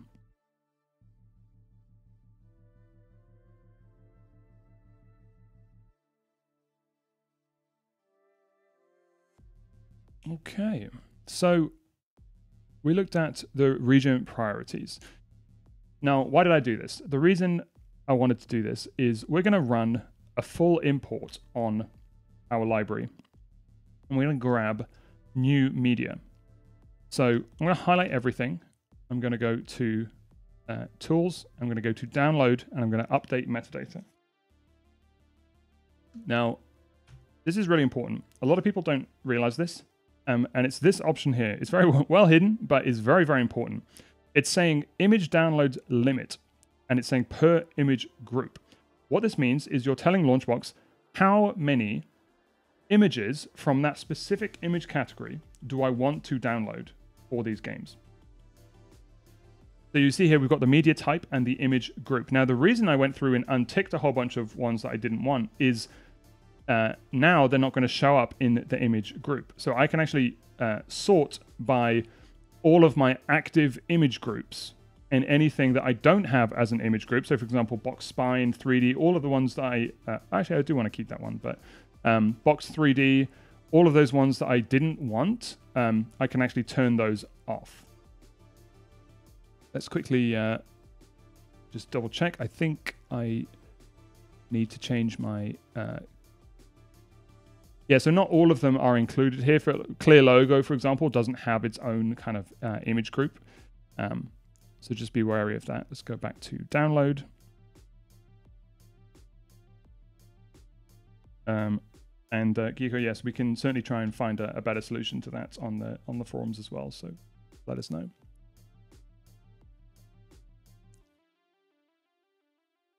So let's tidy this up. So for example, I want a box back. I don't need a reconstructed. I just want, and I don't need a box 3D. I do want a box spine. I want a clear logo. I want a cart front. I want a fan art background. And I want a screenshot gameplay. I don't need Steam logo. Now, what this means is for every image group, it will download one image. If the image already exists in LaunchBox, it is not going to download a second image because my image download limit is set as 1. One area where this can trip people up is screenshots.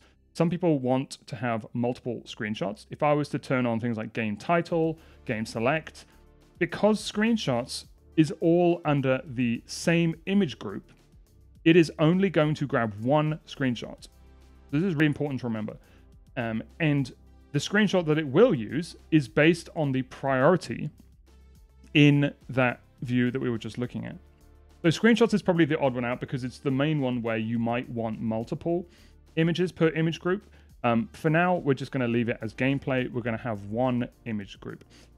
One image per image group. If I was to change this to 2, it's going to go and it's going to download 2 images per image group, and so on and so forth. You can also turn this to no limit and just have it grab everything, but it's really up to you. I think 1 is generally what most people prefer. You know, you don't need, for example, multiple logos. The only real example where you probably would want this is screenshots, where you can have multiple screenshots. And yeah, so it uses your region priority to... Oh, okay, so that's referring to the... Oh, that's interesting. Okay. So if you have multiple regional box arts, it's using the region priority to display what that is. I did not know that.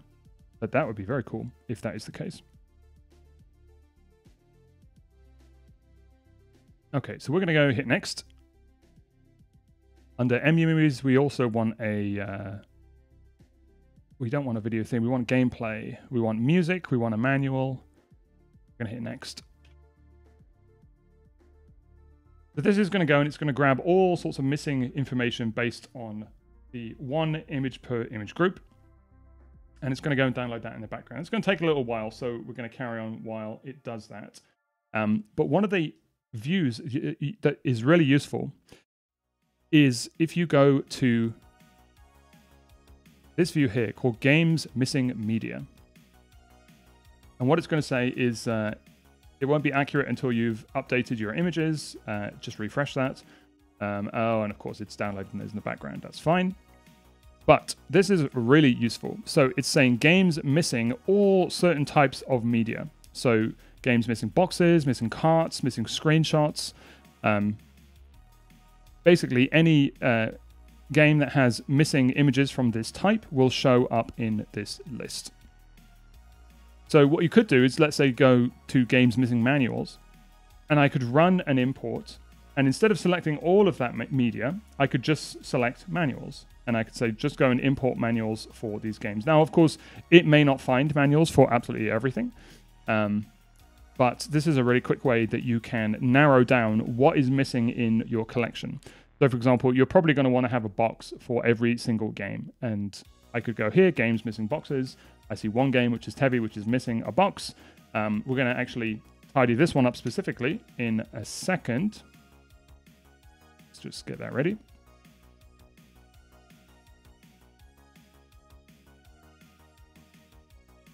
Likewise, we've got games missing clear logos.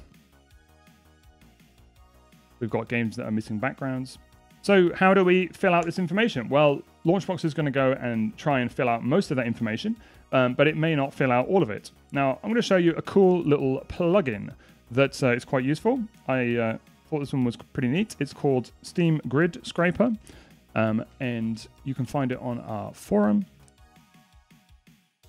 I'm sorry, Steam Grid DB Scraper. I promised I would say that correctly.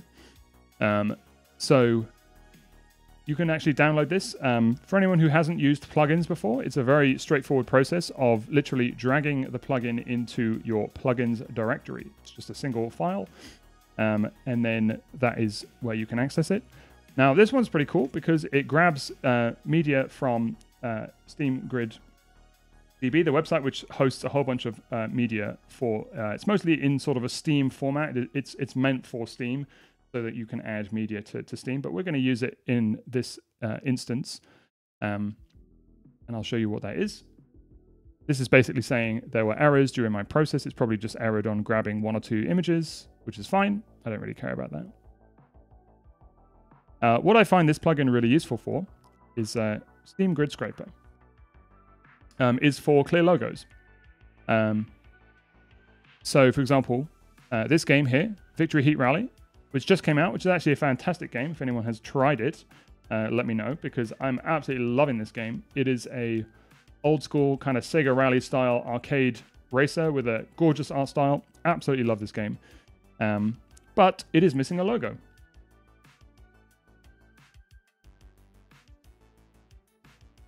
Okay. So I'm going to right click and go to Steam Grid Scraper.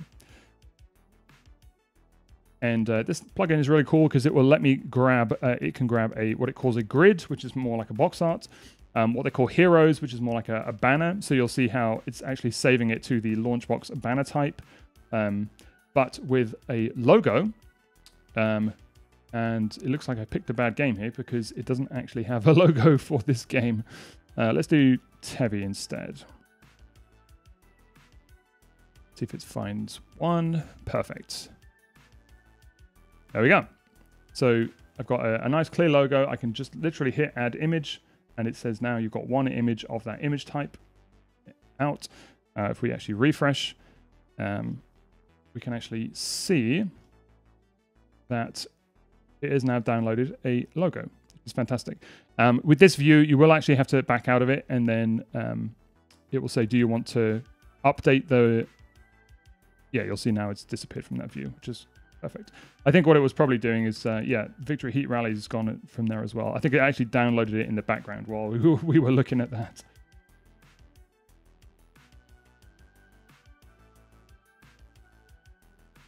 Okay, so let's have a look at Commune. Tevi is also missing a box art here, so we can go and let's go to Steam Grid Scraper. And we can actually grab a nice bit of box art. Whoops, I actually added it to the banner type. I should have added that to box front. You can quickly change that. If I go here, I can just change this to box front. Hit refresh, now it disappears from that list, and that's because it has now some box art, which is great. Okay.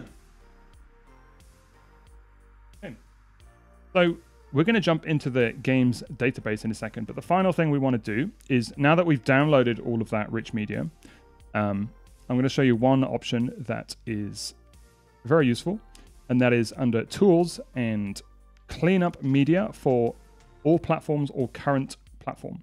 What this means is when you delete items from your LaunchBox library, it doesn't automatically delete the media from your library. And so occasionally you might want to go through and run this just to clean up any files that have been since, or games that have since been removed. So we're going to delete a game from the library. If anyone has any suggestions of which game does not deserve to be in this list.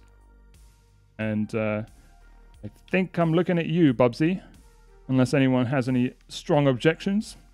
I mean, I hate on Bubsy, but... Well, yep, there we go. I mean, Bubsy's got the unanimous vote here.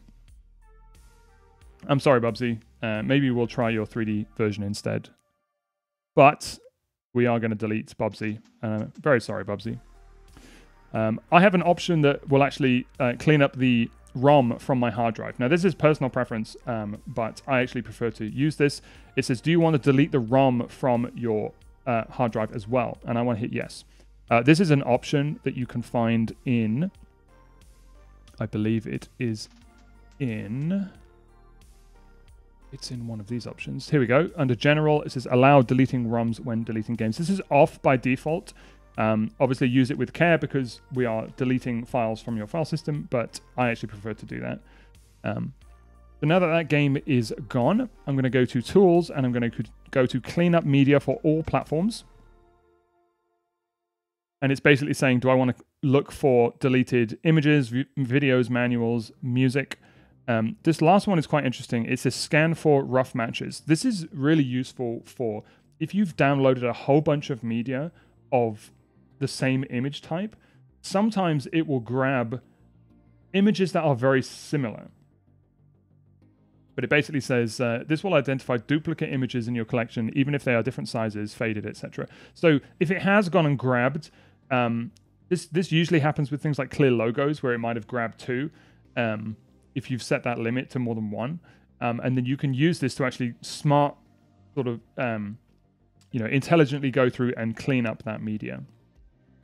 We're going to leave this off for now because that's not what we want. We're just going to go ahead and hit go. So we can see here it's picked up a whole bunch of media. So I deleted some of these games previously. The one that we just deleted is in here as well. And I'm going to go delete checked files.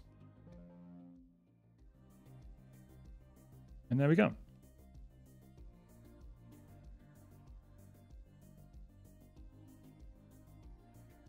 Okay. Just doing a quick check. I'm seeing a bit of a delay on my side, so I just want to make sure that I'm still sounding good, looking good.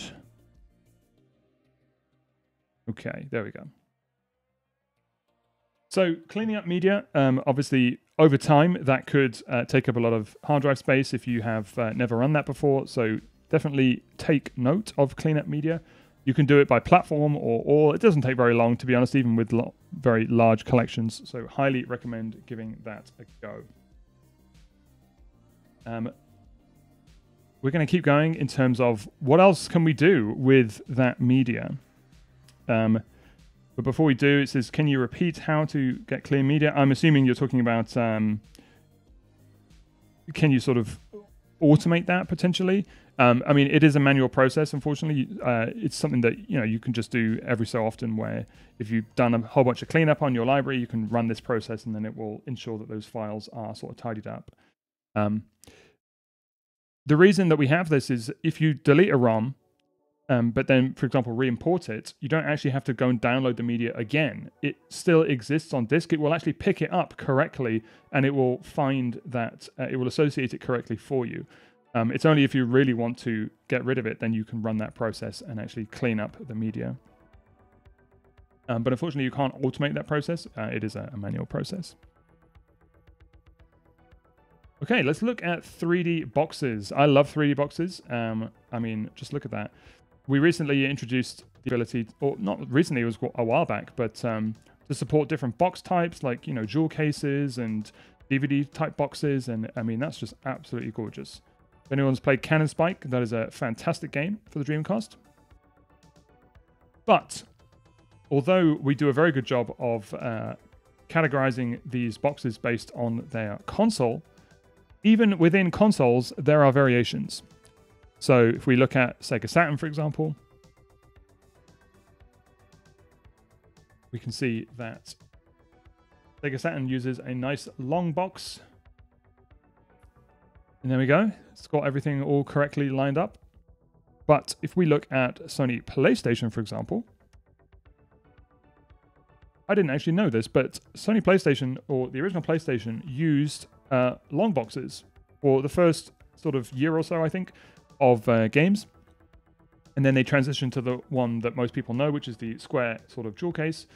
So if you really want to get granular, let's say you actually own one of those nice long boxes, there is a way you can do it. Of course, we've made a way that you can do it. I'm going to import a game called a little game that someone might know, which is the original Tekken. Aha. So the original Tekken utilized this long box. Go ahead and import it by just dragging and dropping it into my PlayStation folder.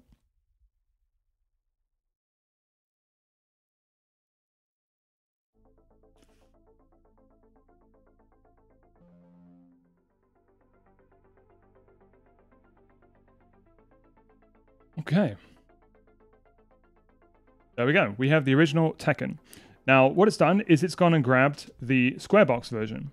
And that's fine. That is the majority of people may have used that version. But we don't want to do that. We actually want to use the long box version. So we're going to go to Edit. We're going to go to 3D Model Settings, and we're going to override the default settings. So this is where we can get really granular. We're going to choose long jewel case. There's a whole bunch of other stuff you can do here, but we're not going to touch that for now. This is basically saying, like, when we generate the 3D box, do you want to display a logo? You can even change the rotation, for example. A whole bunch of stuff, but that's fine. For now, we want to use the long jewel case. I'm going to hit OK. But this hasn't really worked because we've got the square box art, and that's not what we really want. So I'm going to show you this option to download media. You can do this for an individual game. And I'm going to grab the box front and the reconstructed. I want to see what that is. I'm going to grab the spine, and I want the box back. Let's grab the same thing from Amy Movies. We'll just go and download all of it, and we can clean this up.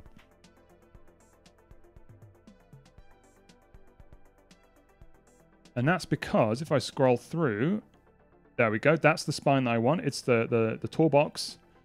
Let's delete this one. Let's get rid of the original boxy box. We've got all of this is good. There we go. We've got the box back, which is the nice tall one. We've got the nice box spine, and there it is, the box front. Let's change that to actually box front. Let's get rid of the original square one because we don't need that. Oh, look at that, fan art. And we don't need marquees. Got some screenshots. And we don't want a 3D box or box full. Okay, that's looking perfect. Let's hit OK. And there we go. Look at that. So it's now changed. It's using the nice now long box jewel case. And it's also gone and grabbed the original long box art. So there we go. Original Tekken in all its glory. I've got to say that does actually look quite nice. Spin that around. I realize anyone who's randomly joining this stream is probably thinking, why on earth would you spend so much time looking at boxes? But hey, don't pretend like you haven't done it. We've all done it.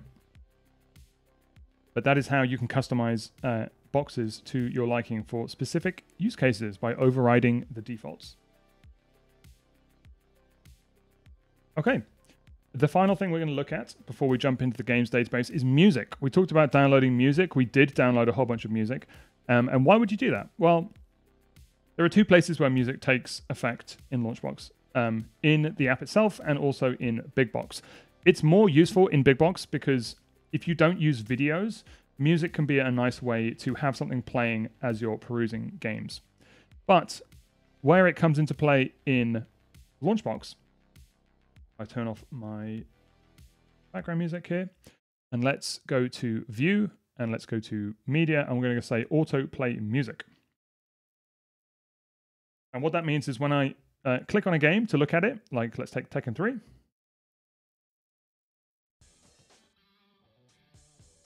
It's going to start playing the music.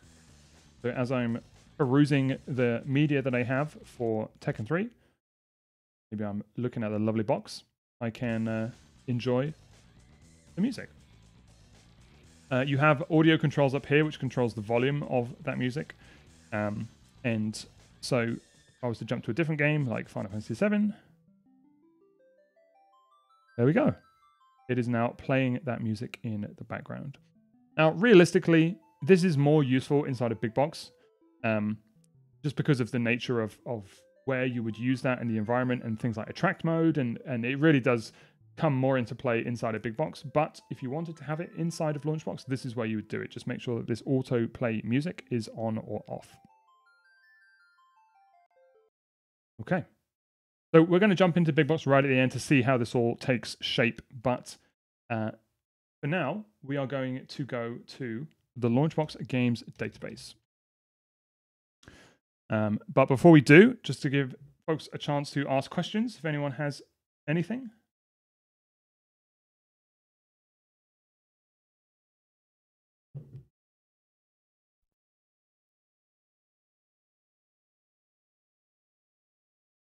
So to recap, we have all of the. Actually, I know what we're going to do now. We're going to do the license giveaway. So before we jump into the games database, just to recap, so we have touched all over the sort of media metadata side of things. We've looked at how you can customize your library to your liking, really sort of power up the information that is associated with your games. And we're going to see how this takes effect inside of Big Box in a second. But first, so anyone who is listening, who is still around, thank you. We are going to be giving away a LaunchBox license live on stream. So there is a way that you can do this. The way that you do this is in the chat, you need to type in this exact word, which is exclamation mark and LaunchBox. I've just pasted an example. So anyone who would like to be in the runnings for a license, please type in exclamation mark LaunchBox. We're going to let that run for sort of 10 minutes. And then what will happen is we will randomly roll a winner. Like I said, if you have a license, please don't enter because we will be able to see based on your email if you have one. But like I said, if you have a license for Windows and you would like one for Android, you absolutely can enter, so please do. Likewise, if you have one for Android and you want one for Windows, you can do that as well. I think we're a pretty small stream here, so the chances of you winning are probably very high. And what will happen is afterwards, you just need to drop us a message with your email address and your name, and we will get that sorted for you. There we go. Got 3 people already. I mean, I think your odds are going to be pretty high if I know it's a quiet stream today. Let me just verify that those are all coming in correctly. Yes, they are. So, exclamation mark LaunchBox if you'd like to be in the runnings to win a license. Because we all have both, yes. The fact that you're on this stream probably indicates that you have both, so we really appreciate that. And Butcher Bob, no, that's all good.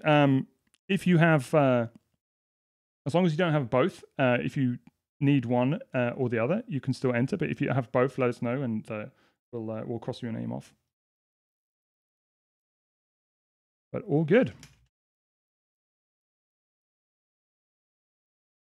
Okay, we'll let that run while we look at the games database, and then we will roll the winner. So let's have a quick look at the games database. Now, for anyone who hasn't used this before, so of course, this is a huge database of rich media and metadata for our games. But the thing is, how is it being created? Well, it is 100% entirely community run. That means that it is purely on the good nature of folks who are submitting to this database. That means that everyone else can benefit from the media and metadata that it provides. So I'm going to show you how you can actually contribute to this database. Now, we'll take an example here, which is a little game called Heavy. that we were just looking at.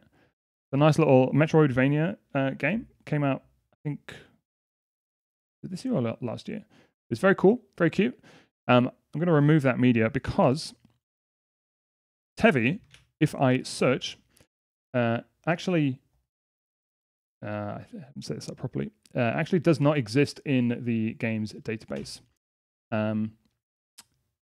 It's searching for Resident Evil because of Tevi. So I'm going to show you what this looks like in the database. Is if I search for the game Tevi,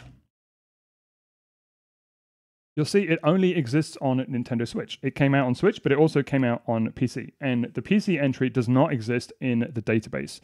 So what that means is I cannot correctly link this to a LaunchBox game's ID.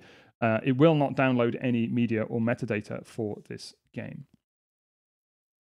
This one specifically, I think I was doing some testing and it's gone and grabbed media from a previous game. So let's ignore that for now.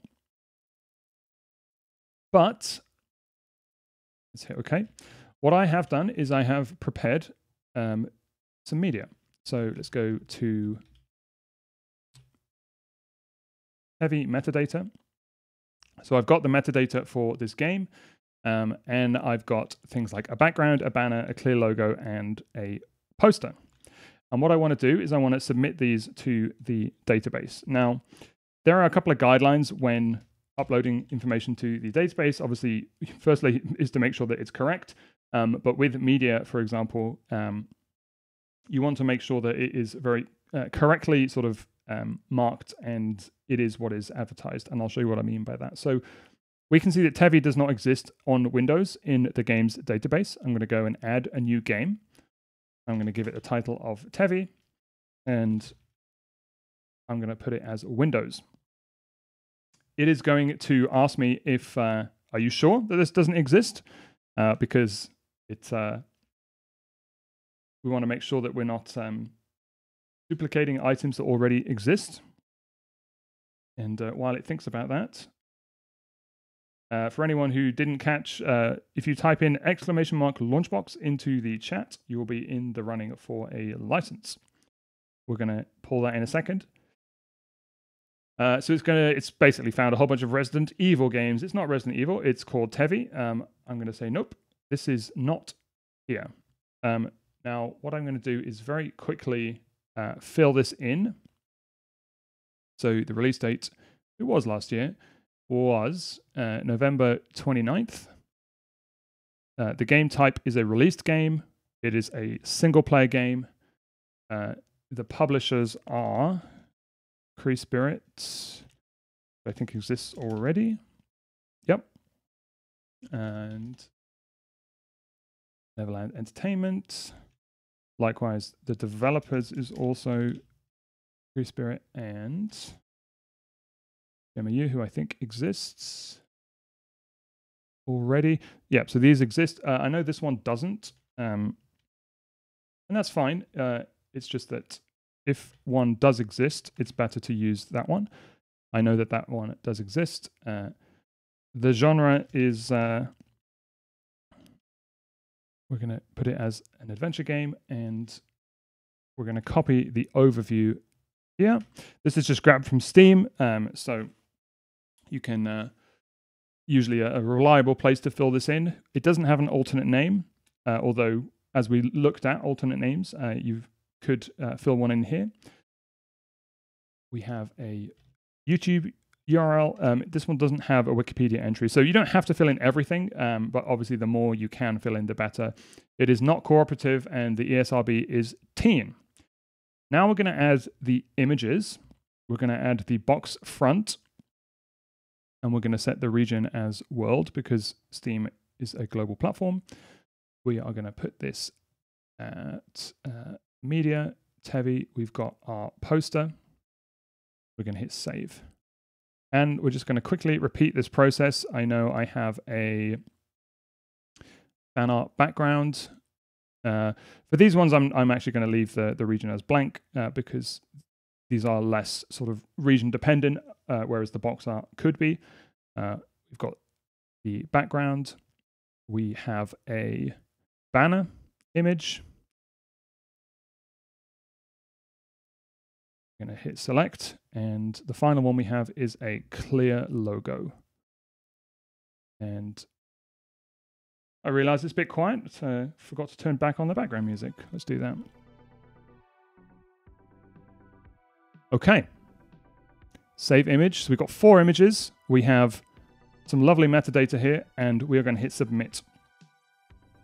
And that's it. It's as simple as that. Of course, it is entirely up to you if you want to contribute to the database. We highly appreciate it if you find missing games that you can contribute to it. This game has been submitted for moderation. Now, in order to moderate games on the database, you need to have submitted a certain number of requests. I think it's like 10 or something. It's not too high. You can actually see if you go to your account under your total submitted changes, which ones are pending. There is the option to actually moderate games. So you can actually, anyone can moderate things that are submitted to the database. It's very straightforward. You just go to this moderation tab and it says what it is. So we have about sort of 500 queued moderations. This is a new image for a Sega Genesis game. Obviously, you can approve or reject. And of course, this is community led. So I believe it needs to have a certain number of approvals before it then gets committed to the database. So it's pretty straightforward. And of course, it's not for everyone, but if you do contribute, we highly appreciate it.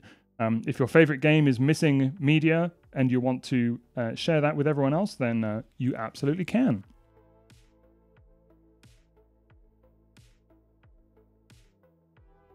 All right.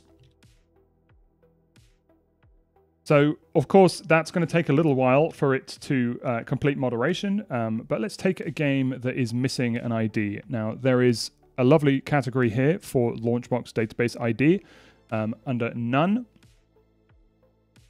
Tevi is the only one.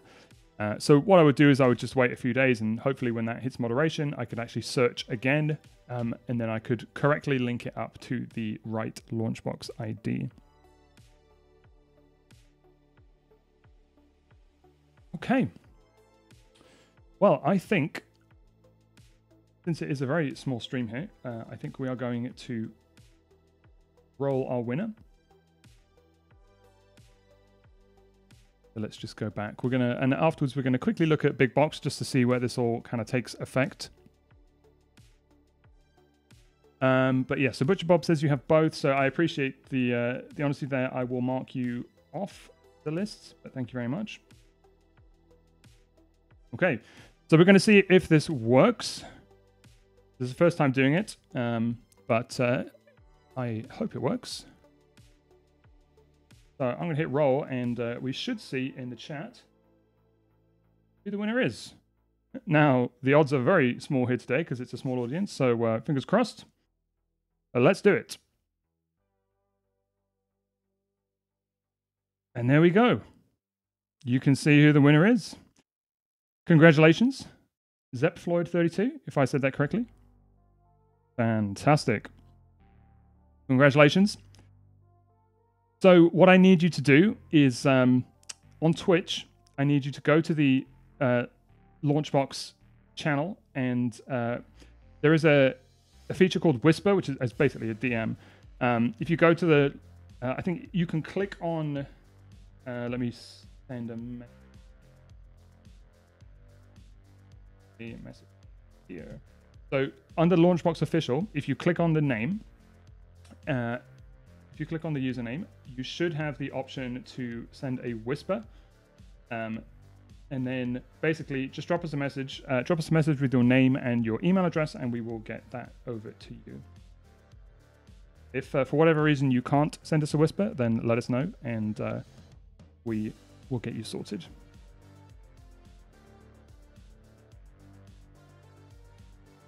Okay, so we've got one final thing to show today, and I appreciate this stream has gone on a lot longer than I was anticipating,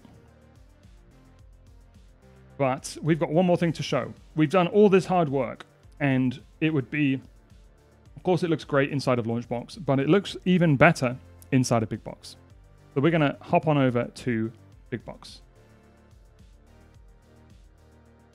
So while that loads up, is there an option add-on for downloading videos media using alternative sources to EMU movies? That is a very, very good question. Within LaunchBox, unfortunately, there is not. there is not anything by default. But I don't know if you were here when we were covering this. We did cover a lovely plugin that was created by a wonderful community member called Steam Grid Scraper. And that actually allows you to download media from Steam Grid DB, the website. So although, of course, that is a third-party plugin, there are other ways that you can get media from other sources. It's just that within LaunchBox directly, our import tools use the LaunchBox Games database and EMU Movies. Yes, and exactly as you said, editing metadata is the game. So you've won the game of editing the metadata, but now it's time to actually play the game.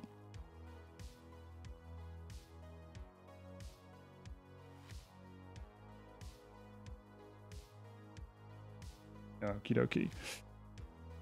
So, what does this all mean inside of Big Box? Well, now that we've got things like we've got all of our lovely clear logos, we've got our backgrounds, this Game Discovery Center is all now coming to life. So this is my default view when I launch Big Box. I love this because I can just scroll through. It's got all this lovely rich metadata and media. House of the Dead 2, Miss Pac-Man, Wario World. Pokemon Breeder Mini for the Pokemon Mini. That's an odd game. One for the Pokemon Mini. Picross 3D. Oh, well, now we're just going to get lost in playing games because if anyone knows Picross, this is a fantastic Picross game. Absolutely love this game. So everything that we just did is informing these views, not just the Game Discovery Center. If you were to go to your, for example, platform categories, we've got here our recent playlist that we've created. We've got videos that are associated with each of our platforms. And yes, my first DS game was Picross. Well, that is a very good choice because some fantastic Picross games on DS. What I want to show you is we've got here under each of our platforms, we have these nice little videos. And I want to show you how you can actually grab those. So let's go into desktop mode.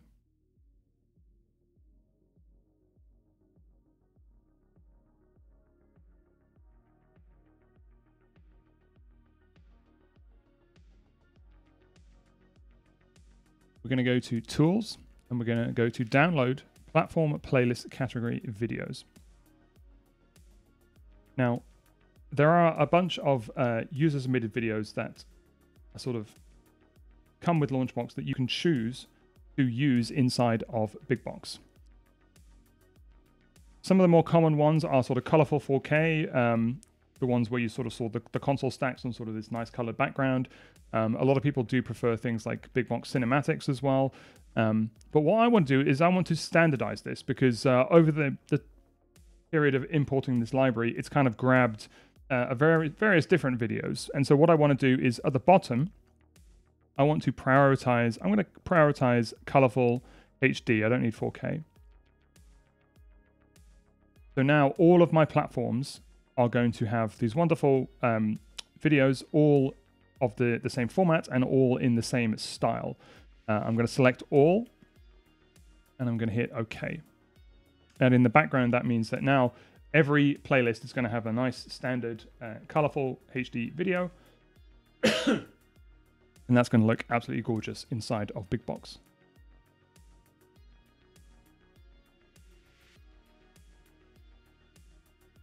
Exactly, yes. Colorful from Viking. They are some fantastic ones. Viking is the same person who also creates the Grid Scraper plugin, which we just looked at as well. So some fantastic work there. Okay, so there's not too many to download. We'll just wait for that to finish.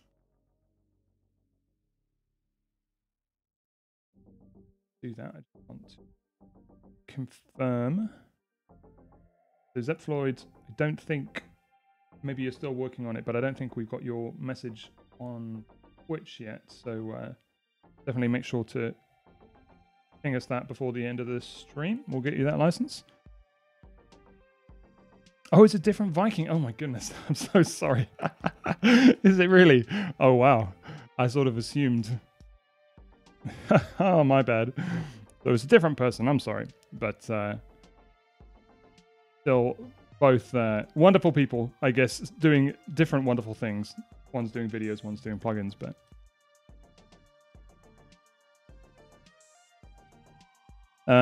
if you can't send the message that flow, is it asking you to authenticate like with a phone number or something? This is what we found is it asks you to authenticate before you can send try and send.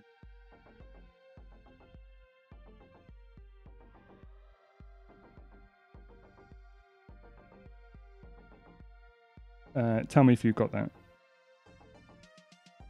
Yeah, there we go. So yeah, we'll change this next time. We might need to reach out to you first.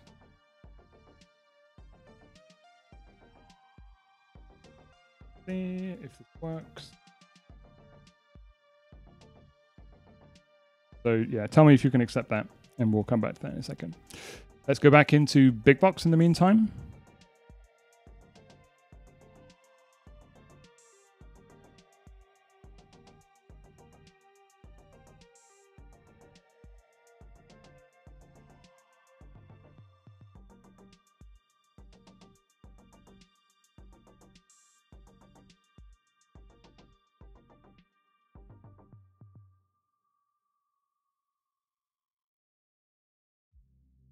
All right, so we're back in, and now if we go to our platform categories, now we have this lovely standard view for our playlist videos. We've got all of the colorful ones, so every platform is going to have these standard videos.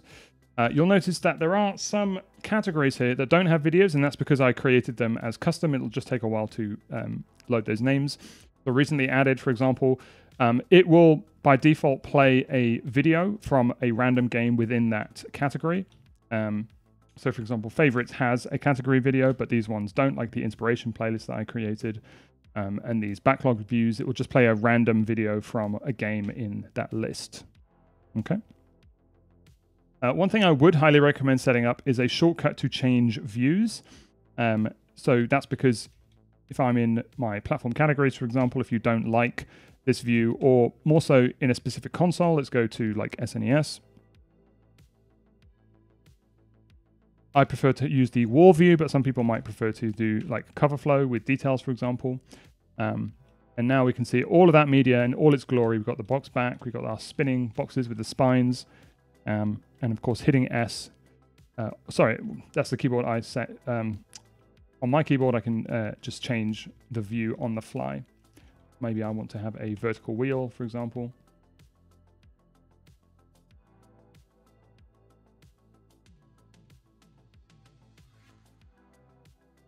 Okay, and that's all looking lovely. I would also suggest, especially if you're on a sort of handheld or if you're using a controller, is to set shortcuts to change the different views. So you could set shortcuts that jump to the Game Discovery Center. You could do ones that jump to your platform categories. You could also do one that jumps directly to things like your series list, for example. So here we've got, Dead or Alive, Mega Man, Sonic, the ones that we just set up previously as well. So, of course, going into a game, we've got the clear logos. We can go into Sonic Adventure 2, for example. And now we've got the box art. What's nice is that if you're on a controller, you can actually use the right analog stick to actually spin that box art around. Oh, hey. You can kind of revel in the media before you even start playing your game. If you open View Images Full Screen, we can actually see all of that media in all its glory. We've got the 3D model, which we can go full screen. We're actually using this with a controller so that we can actually spin this right around.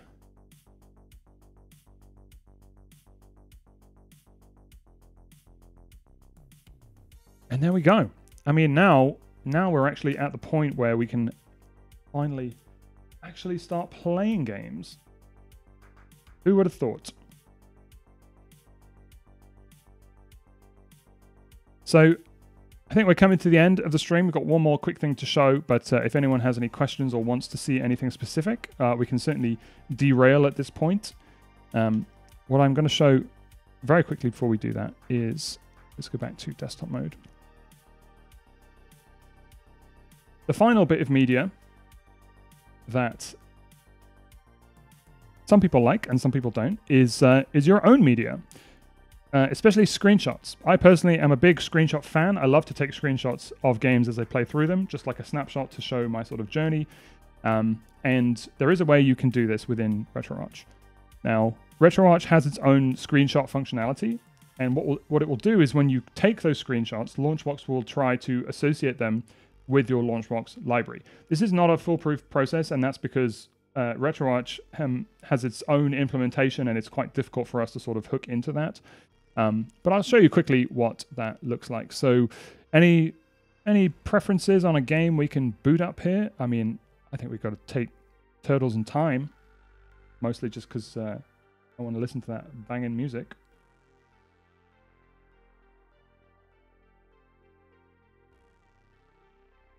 While we do that, Zepfloyd, I still don't see that message. If it's not working for whatever reason, you can message me on Discord. If you're in the Discord, and you'll see my username in the announcements channel, which is AstroBob, just drop me a direct message on Discord, and we'll get you sorted.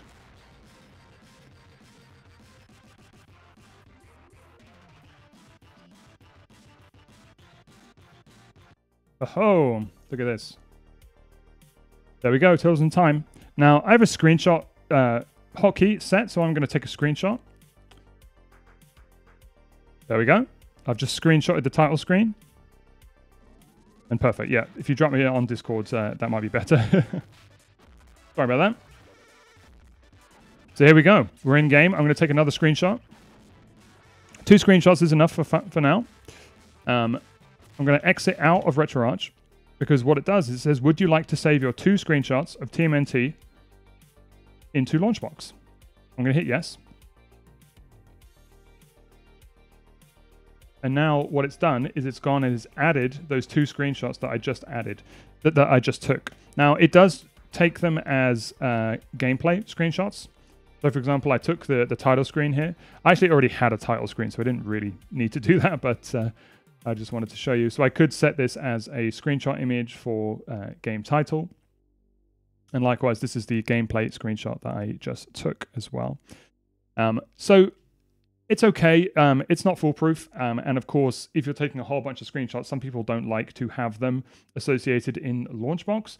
Some people prefer LaunchBox media to be specifically about the game itself rather than their own screenshots. They like to keep those separate. So I'm going to show you an example of what you could do. I see a question here, which I will get to in 1 second, just because I just want to finish up this section here. This is very much a personal sort of hack. It's nothing to do with LaunchBox, actually, but it's just quite useful. If anyone's ever used the default Photos app in Windows, it is surprisingly good. Good in a way that it lets you point to a folder, and then it will actually show you all of the media within that folder. And the reason I bring this up is I'm going to go ahead and add my Rewatch screenshots folder. And there we go. There are the 2 screenshots that I just took. And let's go back into another game, for example. Let's take Sonic the Hedgehog.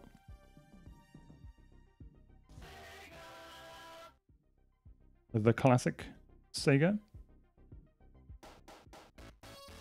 So let's grab that screenshot. Let's also grab another quick screenshot. There we go. I mean, we could play this all day, but let's quit out of that. It says, do you want to save your 2 screenshots? I'm going to hit no in this instance because I don't actually want to keep them in LaunchBox. But if I go back to the Windows app, it's now actually showing me the screenshots. This is basically just watching that folder, and it's putting all of my screenshots in here. So I can actually tidy them up from here as well. I can go ahead and I can delete some, for example, if I don't want them. I personally just really like this. It's a quick little hack that I found recently that, If you have multiple screenshots from different emulators, for example, you can actually just dump all of those folders into the Windows app, into the Windows Photos app here, and then you can kind of tidy all of them up. You can see like a nice timeline of all of your screenshots. I personally think it's really quite fun. Of course, it is entirely personal preference. And just remember, this app is not importing any images anywhere else. It's simply just referencing them and just displaying all of them. And the reason I show you this is what we're going to do is we're going to point this app to our LaunchBox images directory, taking it back to images, and let's take like let's take Sega Genesis. Okay. And this is because now it's showing me all the media that I have from all of the games within Sega Genesis. Because the one thing that you can do, although you probably wouldn't really need to, is you can technically remove images from LaunchBox's images folder. I told you we were going to go deep here. All of your images are stored in this directory under images. We've got our different image types. But this can get a little bit tricky to navigate, you know, going through each of the folders and things like that. It's doing a good job of organizing it on disk, but it's not the best way if you want to tidy things up. Of course, you know, generally you would do it within LaunchBox. But it can be a nice way just to kind of see everything that's in there. And the reason is you could very quickly go through here and just delete the bits of media that you didn't want. Like you would very quickly see here if it grabbed, you know, multiple copies of a box art, for example, you could just delete it straight out of here, rather than having to go through every single game to try and sort of find that media. It's not perfect. This app, for example, doesn't let you dive into subdirectories very well, so you'd probably just need to keep it as like everything. But you can very quickly just, you know, remove a folder, add a folder, and just have a look at it like this. Very much a sort of personal hack, and very personal sort of preference here, but I just thought I'd show it because I quite like this. And I think the better use case that I use this for is actually managing your screenshot directories. So I could add in here my RetroArch screenshot directory. I could also add in my screenshot directory from other emulators like PCSX2 or Dolphin or things like that. Well, that I think covers everything. We've done a heck of a lot today. I can't believe it's nearly been 2.5 hours, but I told you we were going to go deep. I hope this has been useful for folks who were here, so thank you. I know it's been a quieter stream today, but we really appreciate it. I'm going to get to this question here, which is, what is the best way to reinstall LaunchBox without losing data and settings? My LaunchBox crashes when performing certain tasks. So you absolutely can reinstall LaunchBox in a very safe way that will retain all of your information. The best way is to simply just rerun the installer. If you go into your LaunchBox directory and under updates, it keeps a log of all of the previous installers that you've used. So for example, if you're on the beta track and you wanted to go back to a previous version, you could literally just rerun that installer. It will keep your images, your database directory, all of that is still retained. The one thing to be very, very careful of when you do this is that you want to make sure it's pointing to the right directory.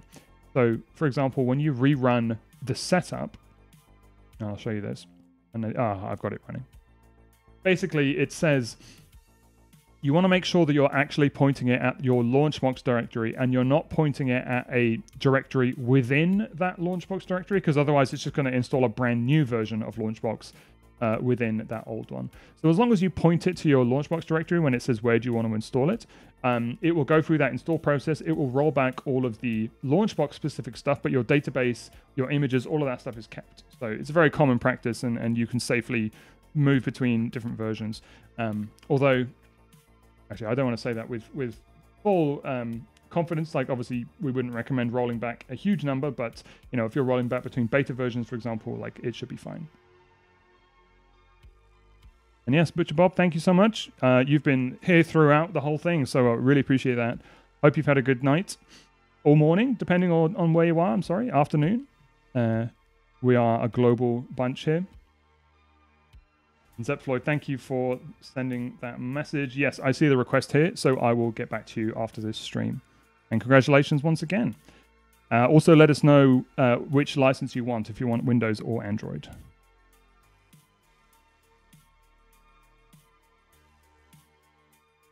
Fantastic.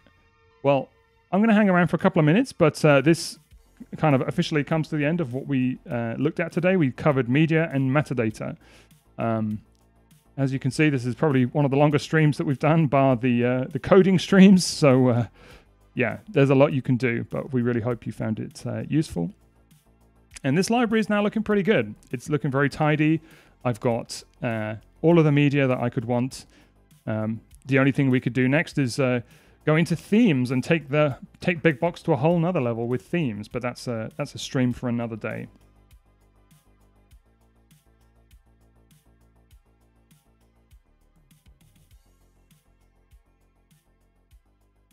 Thank you very much, Geeko. I hope I'm saying that right, but very helpful stream, so thank you. Thank you for sticking with us. I know there's been a few folks who've been through the whole thing.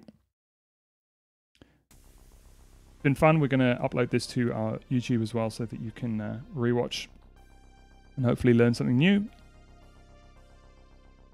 But yeah, any final questions before we wrap things up? Like I said at the beginning, we are going to try and make these a bit more regular, and we will be giving away licenses on these streams as well. So if you didn't get one this time, as you've seen, the pool can be relatively small depending on if it's a quiet day. So your chances of winning could be relatively high. So do join in.